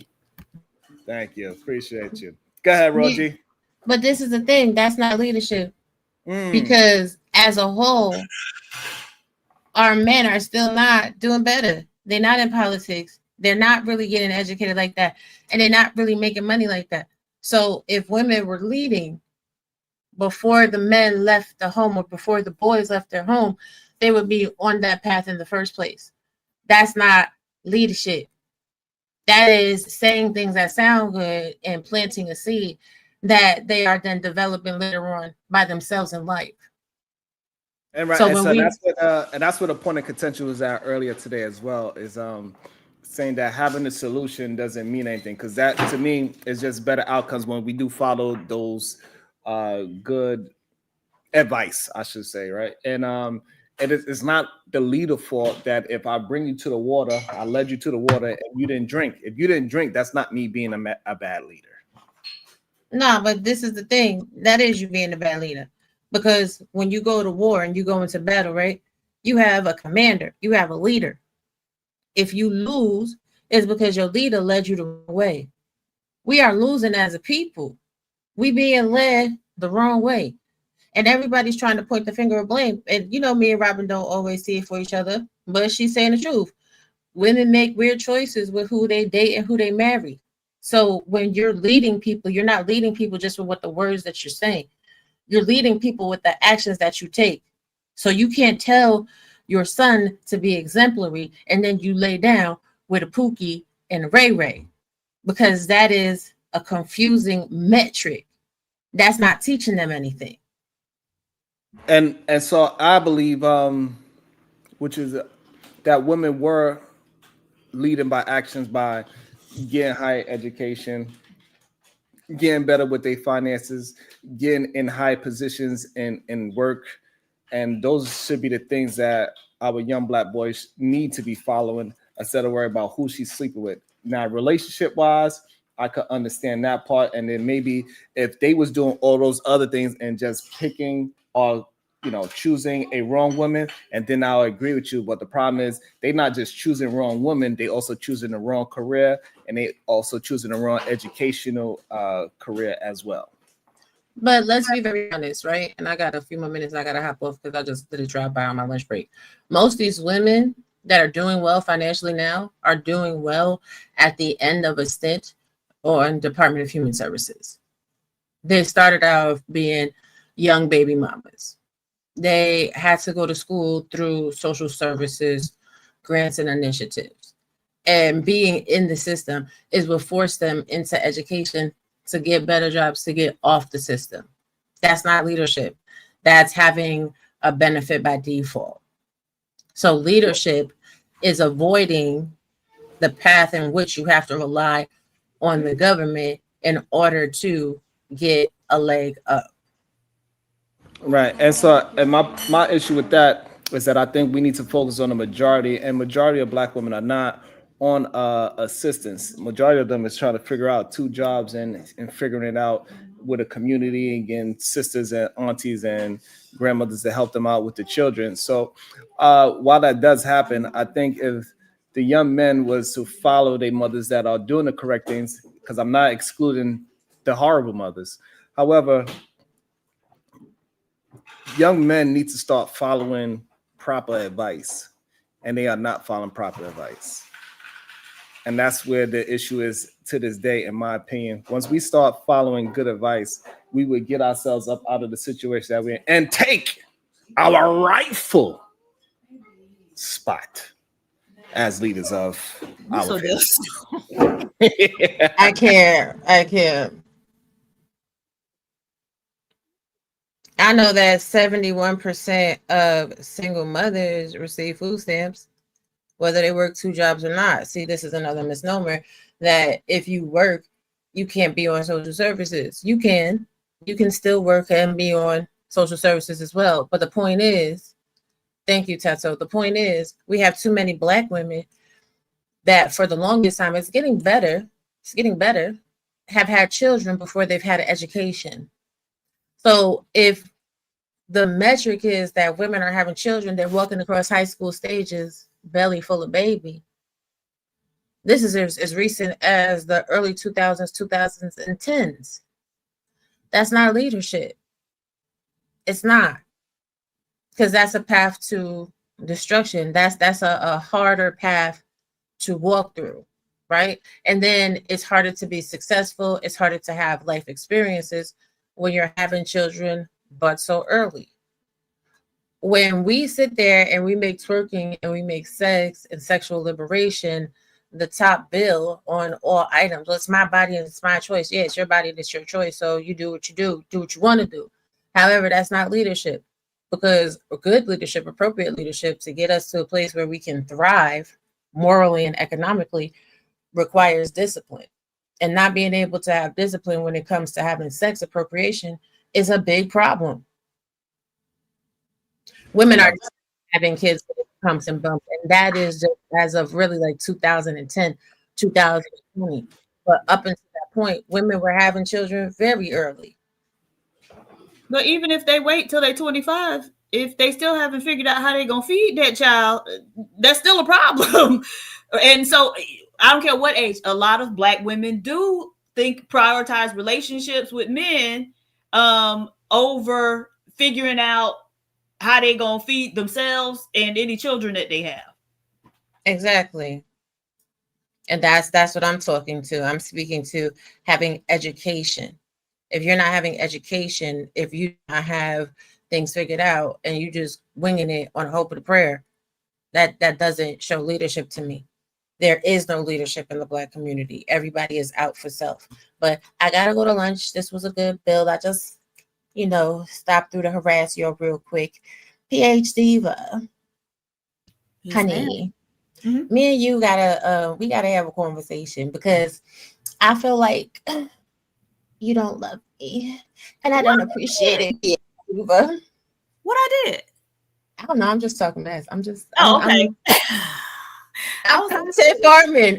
What it is, Sherrod? Cloud farming. We're gonna have a beef, PhD. For me and you gotta have a beef for people. Oh, okay. No, I'm just playing. I'm bullshit. But I'm not that's how they act, though, for sure, right? That's how they act.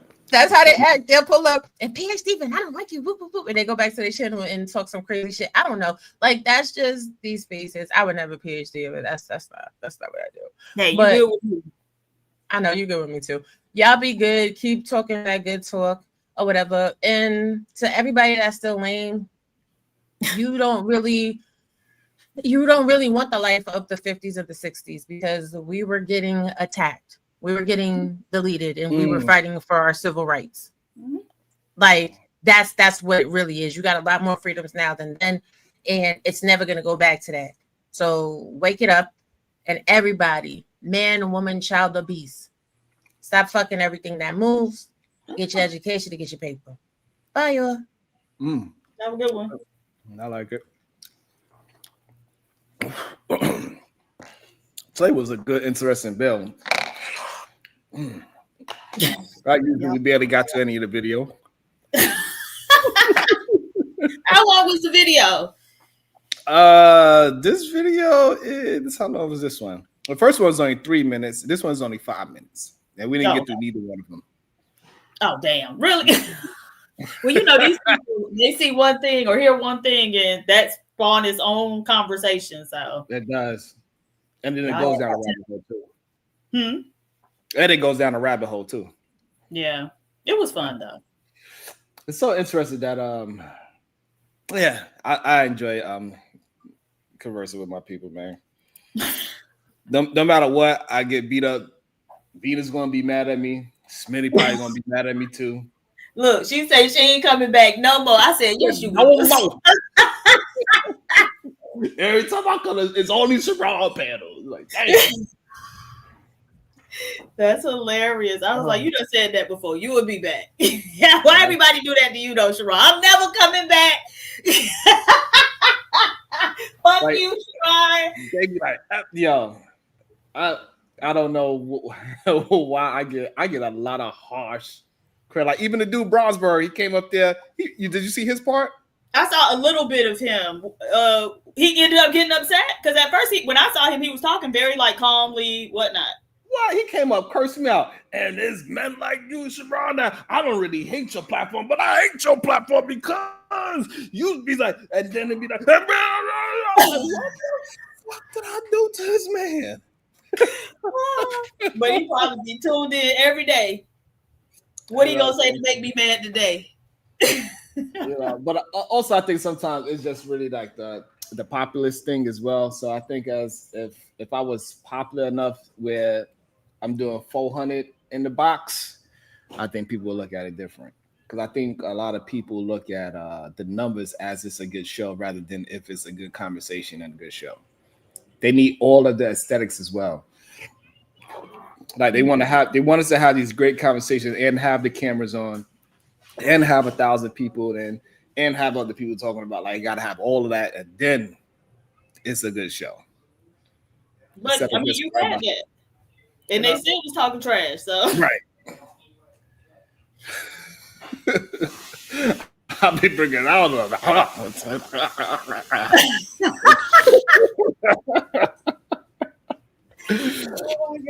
Yeah, we be having a good time cutting up too. So I don't know why they be getting so upset. I don't even know. Right? It's always something to laugh at, something or somebody. Well, what's his name? Aaron Peanut Head Ass. Mm-hmm. Because he talking about I know a bunch of software developers, and then I put my email in the chat, and he ain't said nothing yet. Right. Y'all niggas be lying. And shout out to Smitty for coming back and having fun with us again too. Because he was mad, he got back, he was happy again, then he got mad again. So, Right, cuss us all out. Look at Kills. Why you want to know, Kills? You want to come and talk your nonsense? Oh God. I think that's the most troubling thing. Cause like even when I be listening to like Tariq Nasheed, because he's very funny. But the men who come up there, I just be like, this is how the men communicate. My God. It is. It is. Because they be trying to act like it's just my show. But if you really listen to these people, you're like, oh, this is an epidemic. Right. Like, you ain't learn how to express your thoughts no better than that. Like, Jesus. And I understand why Kevin Samuels went to talking to women. Right, it makes sense. You at least have a clear, full conversation with her. Right. But if you can have a full conversation with the women and not the men, then there's a problem there. Right? And I mean, a lot of women, like a lot of the women I know, I'd be like, when they introduce me to my man, like I'm actually I've been friends with her. We probably like sisters now for like 25 years. But I'm going to visit her tomorrow for Thanksgiving. And we have a big like thing, all the people from Miami who done moved up there, we have a big dinner and party and whatever. Anyway, her boyfriend, I just be like, why, sis? But you know, I always ask the women like, what y'all talk about? Because I just can't see it being nothing, you know, substantive. But hey, if you like them, I love it for you. So, but I do always wonder, like, I just couldn't be with no man that couldn't hold a decent conversation and couldn't like think in a straight line. That's my big thing. Like, please be. I'd be scared to go to people's houses and have conversations as like couples, because all of a sudden it would become like, damn, babe, Sharon making some good points. Like, you don't ever say no shit like that. They start realizing the nigga stupid for real. Yeah. I'm like, what about that football? Look how he caught that shit. Ooh. I gotta turn back stupid and shit so they won't feel a certain way. Yeah, it'd be crazy. You know, and I see some, and then a lot of times I just try not to like really have conversations when I go to these places. That's why I try to know a little bit about sports, so this way I won't make nobody feel sorry, because the wives, they be like, yeah, so what you think about that? And they be all up in my grill. and the worst part of it, my wife, she don't give a shit. She like, yep, that's what he do. That's why she thinking that, you know, like, I really should be pursuing this more than anything, because, you know, I can communicate pretty well, whether it's live in person or on the thing. For her, she don't really care. You're like, you don't mind we talking to? She like, hell no. I'll talk to that someday. Like, go ahead. Yeah. He don't stop talking. Go ahead, talk to his ass. Yeah. I'm trying to drink my wine. You have to start your own man clave. You know what I'm saying? She like, shit, he ain't worrying about my alcohol intake. He ain't worried about being healthy. Go ahead, talk to his ass. Shit. You know what I mean? So, get these men together. Teach them how to communicate. I'll be attempted to, but even when I do that, I get beat up for that too. They like, you be having too much patience for the rim bros. I think your rim showing, Sharon. I'm like, damn. Oh, that's what y'all started out with. It was like you didn't go as hard in the paint. What was that about? Because that's when I was kind of in and out. Yeah. He was saying I was letting Obscene off the hook. But he was there. So why, if he felt like you was letting him off the hook, why he didn't put him on the hook? Right. And what he don't understand is that I don't know Obsidian. Right. Like, I really don't be knowing these people. Right. Any of these forefathers and all that shit don't mean nothing to me at all. I don't know them, so I'm trying to get his talking points in real time. I'm figuring out how he communicated in real time. And I can't take him serious if he's always being a clown. Right. So he said, but I see you with people that you never know. I said, because they would be dead serious what they talk about. They would hear what some Obsidian say, and they regurgitate it as a fact. And then now we have a disagreement back and forth about something that he can't substantiate. Obsidian, he see that I realized a good question, and he was just like, yeah, I be tipping cows over. I'm like, what the fuck is this? Like, how can I converse with that? So what he wanted you to do? Like, what was the right? That's what I'm so confused with. They keep saying that, yeah, but I think Obsidian did this, that, and a third. And then when we break it down, what I said versus what Obsidian said, how can he be the one that got the better of it if you're using your thoughts? If I say, hey, you are disrespecting women by making them sex objects. And he's like, how did I do that? I didn't do that. And then 2 minutes later, he said, yeah, we should just bend them over and they are all whores and we should do. Like, you literally proving my point. And I'm supposed to argue with this? Right. I don't even know how to argue with I don't know how to be serious with an unserious person. Right. Somebody who won't stand on nothing. Like, what am I supposed to? I can't force him because all he's doing is making excuses.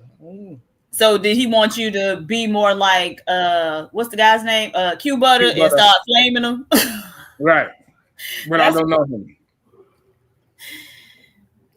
Like, I didn't even know he had a missing tooth.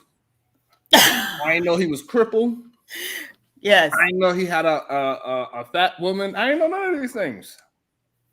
Yeah, you got to know something about a person to really like roast them. So I'm like, I don't know. Him and Cuba have been going out for 2-3 years. Oh, really? Right. So they have a long history of going back and forth with each other. That's why he came in strictly with smoke. He know that man wasn't about no conversation. He even asked him question. He said, I just want to know, with a man of your position, I want to know if you got mature enough to understand that you are the fat person. You know what I'm saying? Like, that's how he came in it. Straight up clowning him from the beginning because he knew who he was already. Right. Like, bro, you filling up that whole square, whole rectangle. You know what I mean? And then Winston gets his shit talking about walking around his school. He's like, look, this is what I built. You show me what you built. This is what I built. Go around showing the different classrooms and you know, he went there, he got up there to shit talk. He knew exactly what he's doing. He knew exactly where he's at. He was in his school for a reason. I wonder if Q Buddy and his churn could do what I need them to do.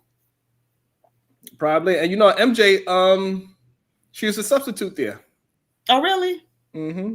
MJ, what do they do there? Like, what do they do? Can they develop software?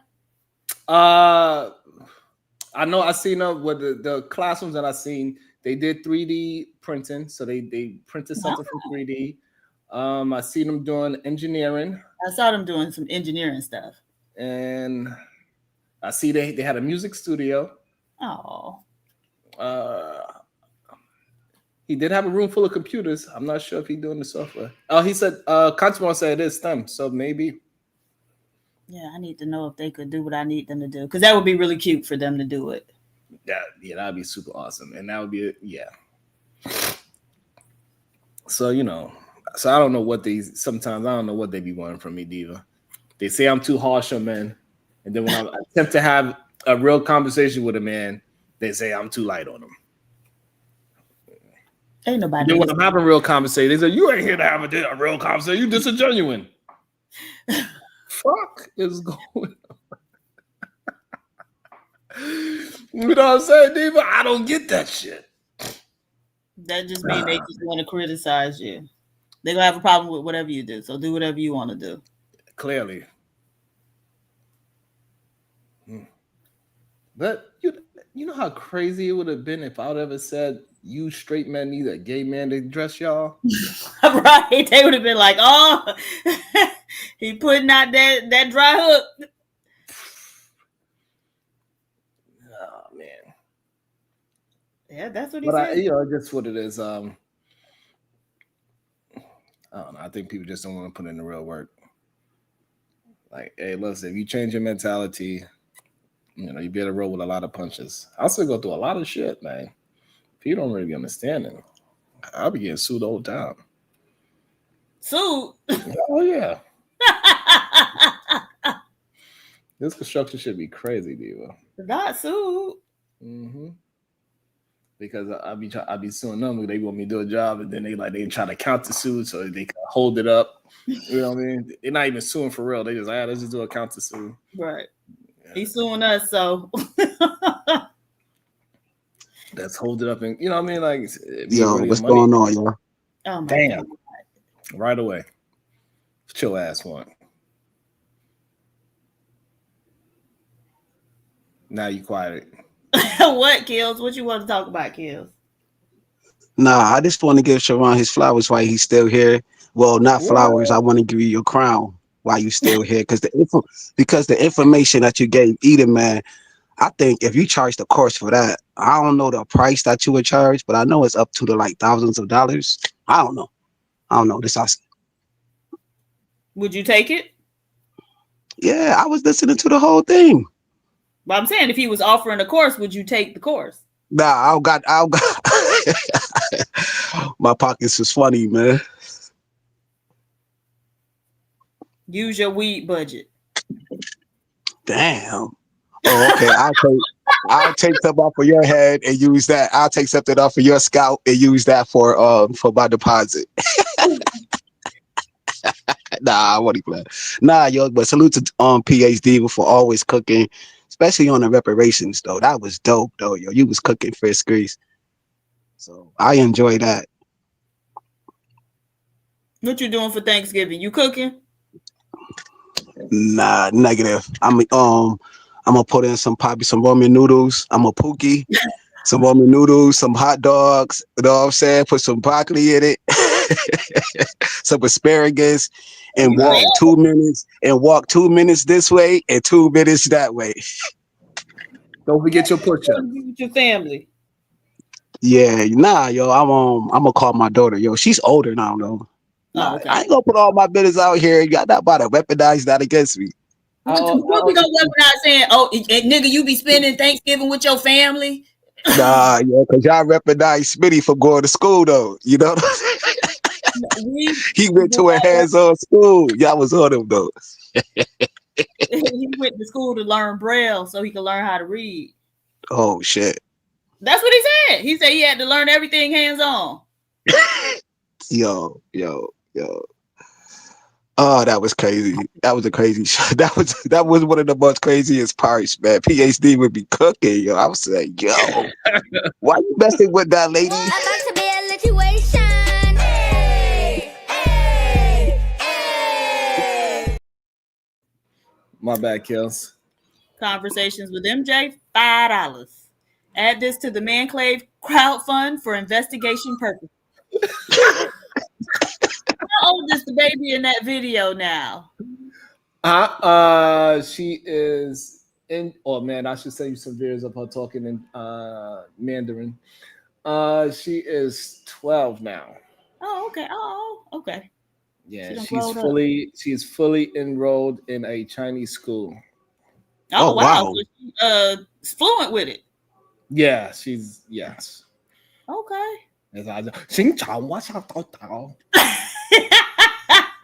So she like it. Yeah, it's a completely different experience. What they eat, the way how the morning is, they gotta do morning yoga. They gotta do it's a completely different school experience. Okay. But that's what she wanted to do. So very cool. It's a lot, but it gotta get done. Make sure you get your voucher money. Yeah, $6,500, right? I think he said she's actually in China, so it ain't no voucher for that. So. Oh, okay. Oh, she's over there. Oh my God. So how long did she stay over there? She's there for now a year now. Really? Yeah. A year straight? Didn't she come back at some point? Yeah, just for the vacation. Yeah. Oh wow. So. She don't be crying? Nah, she good. Yeah, she good. So it's like a boarding school? No, her mama down there with her. Oh, okay. Yeah, because I don't deal with retarded people, so she's using her English teaching skills, and she's over there in the school that the child is in. So okay, wonderful. So we figuring out ways to manipulate things. That's awesome. To get her what she needs. That's dope, yo. Yeah. I don't see too many men talking about their kids in China. That's crazy, bro. Sometimes they have a vision, just like this one here. She's writing her book. We getting her book situated and her characters, and we're about to put that together. Hopefully, the next few she'll be finished. All right. And it's a lot, but it is what it is. You gotta let each child be their child. Yeah.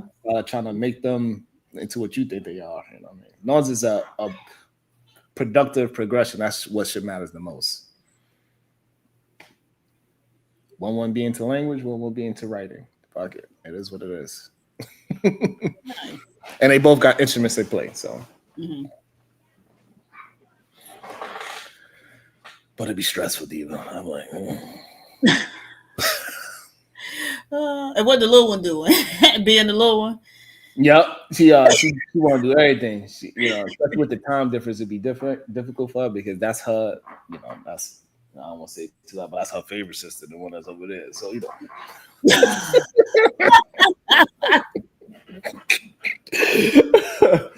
what I'm saying? So it'd be wild sometimes. But we all figure it out though. I'm glad that everybody just doing their job to do our best to get it done for them.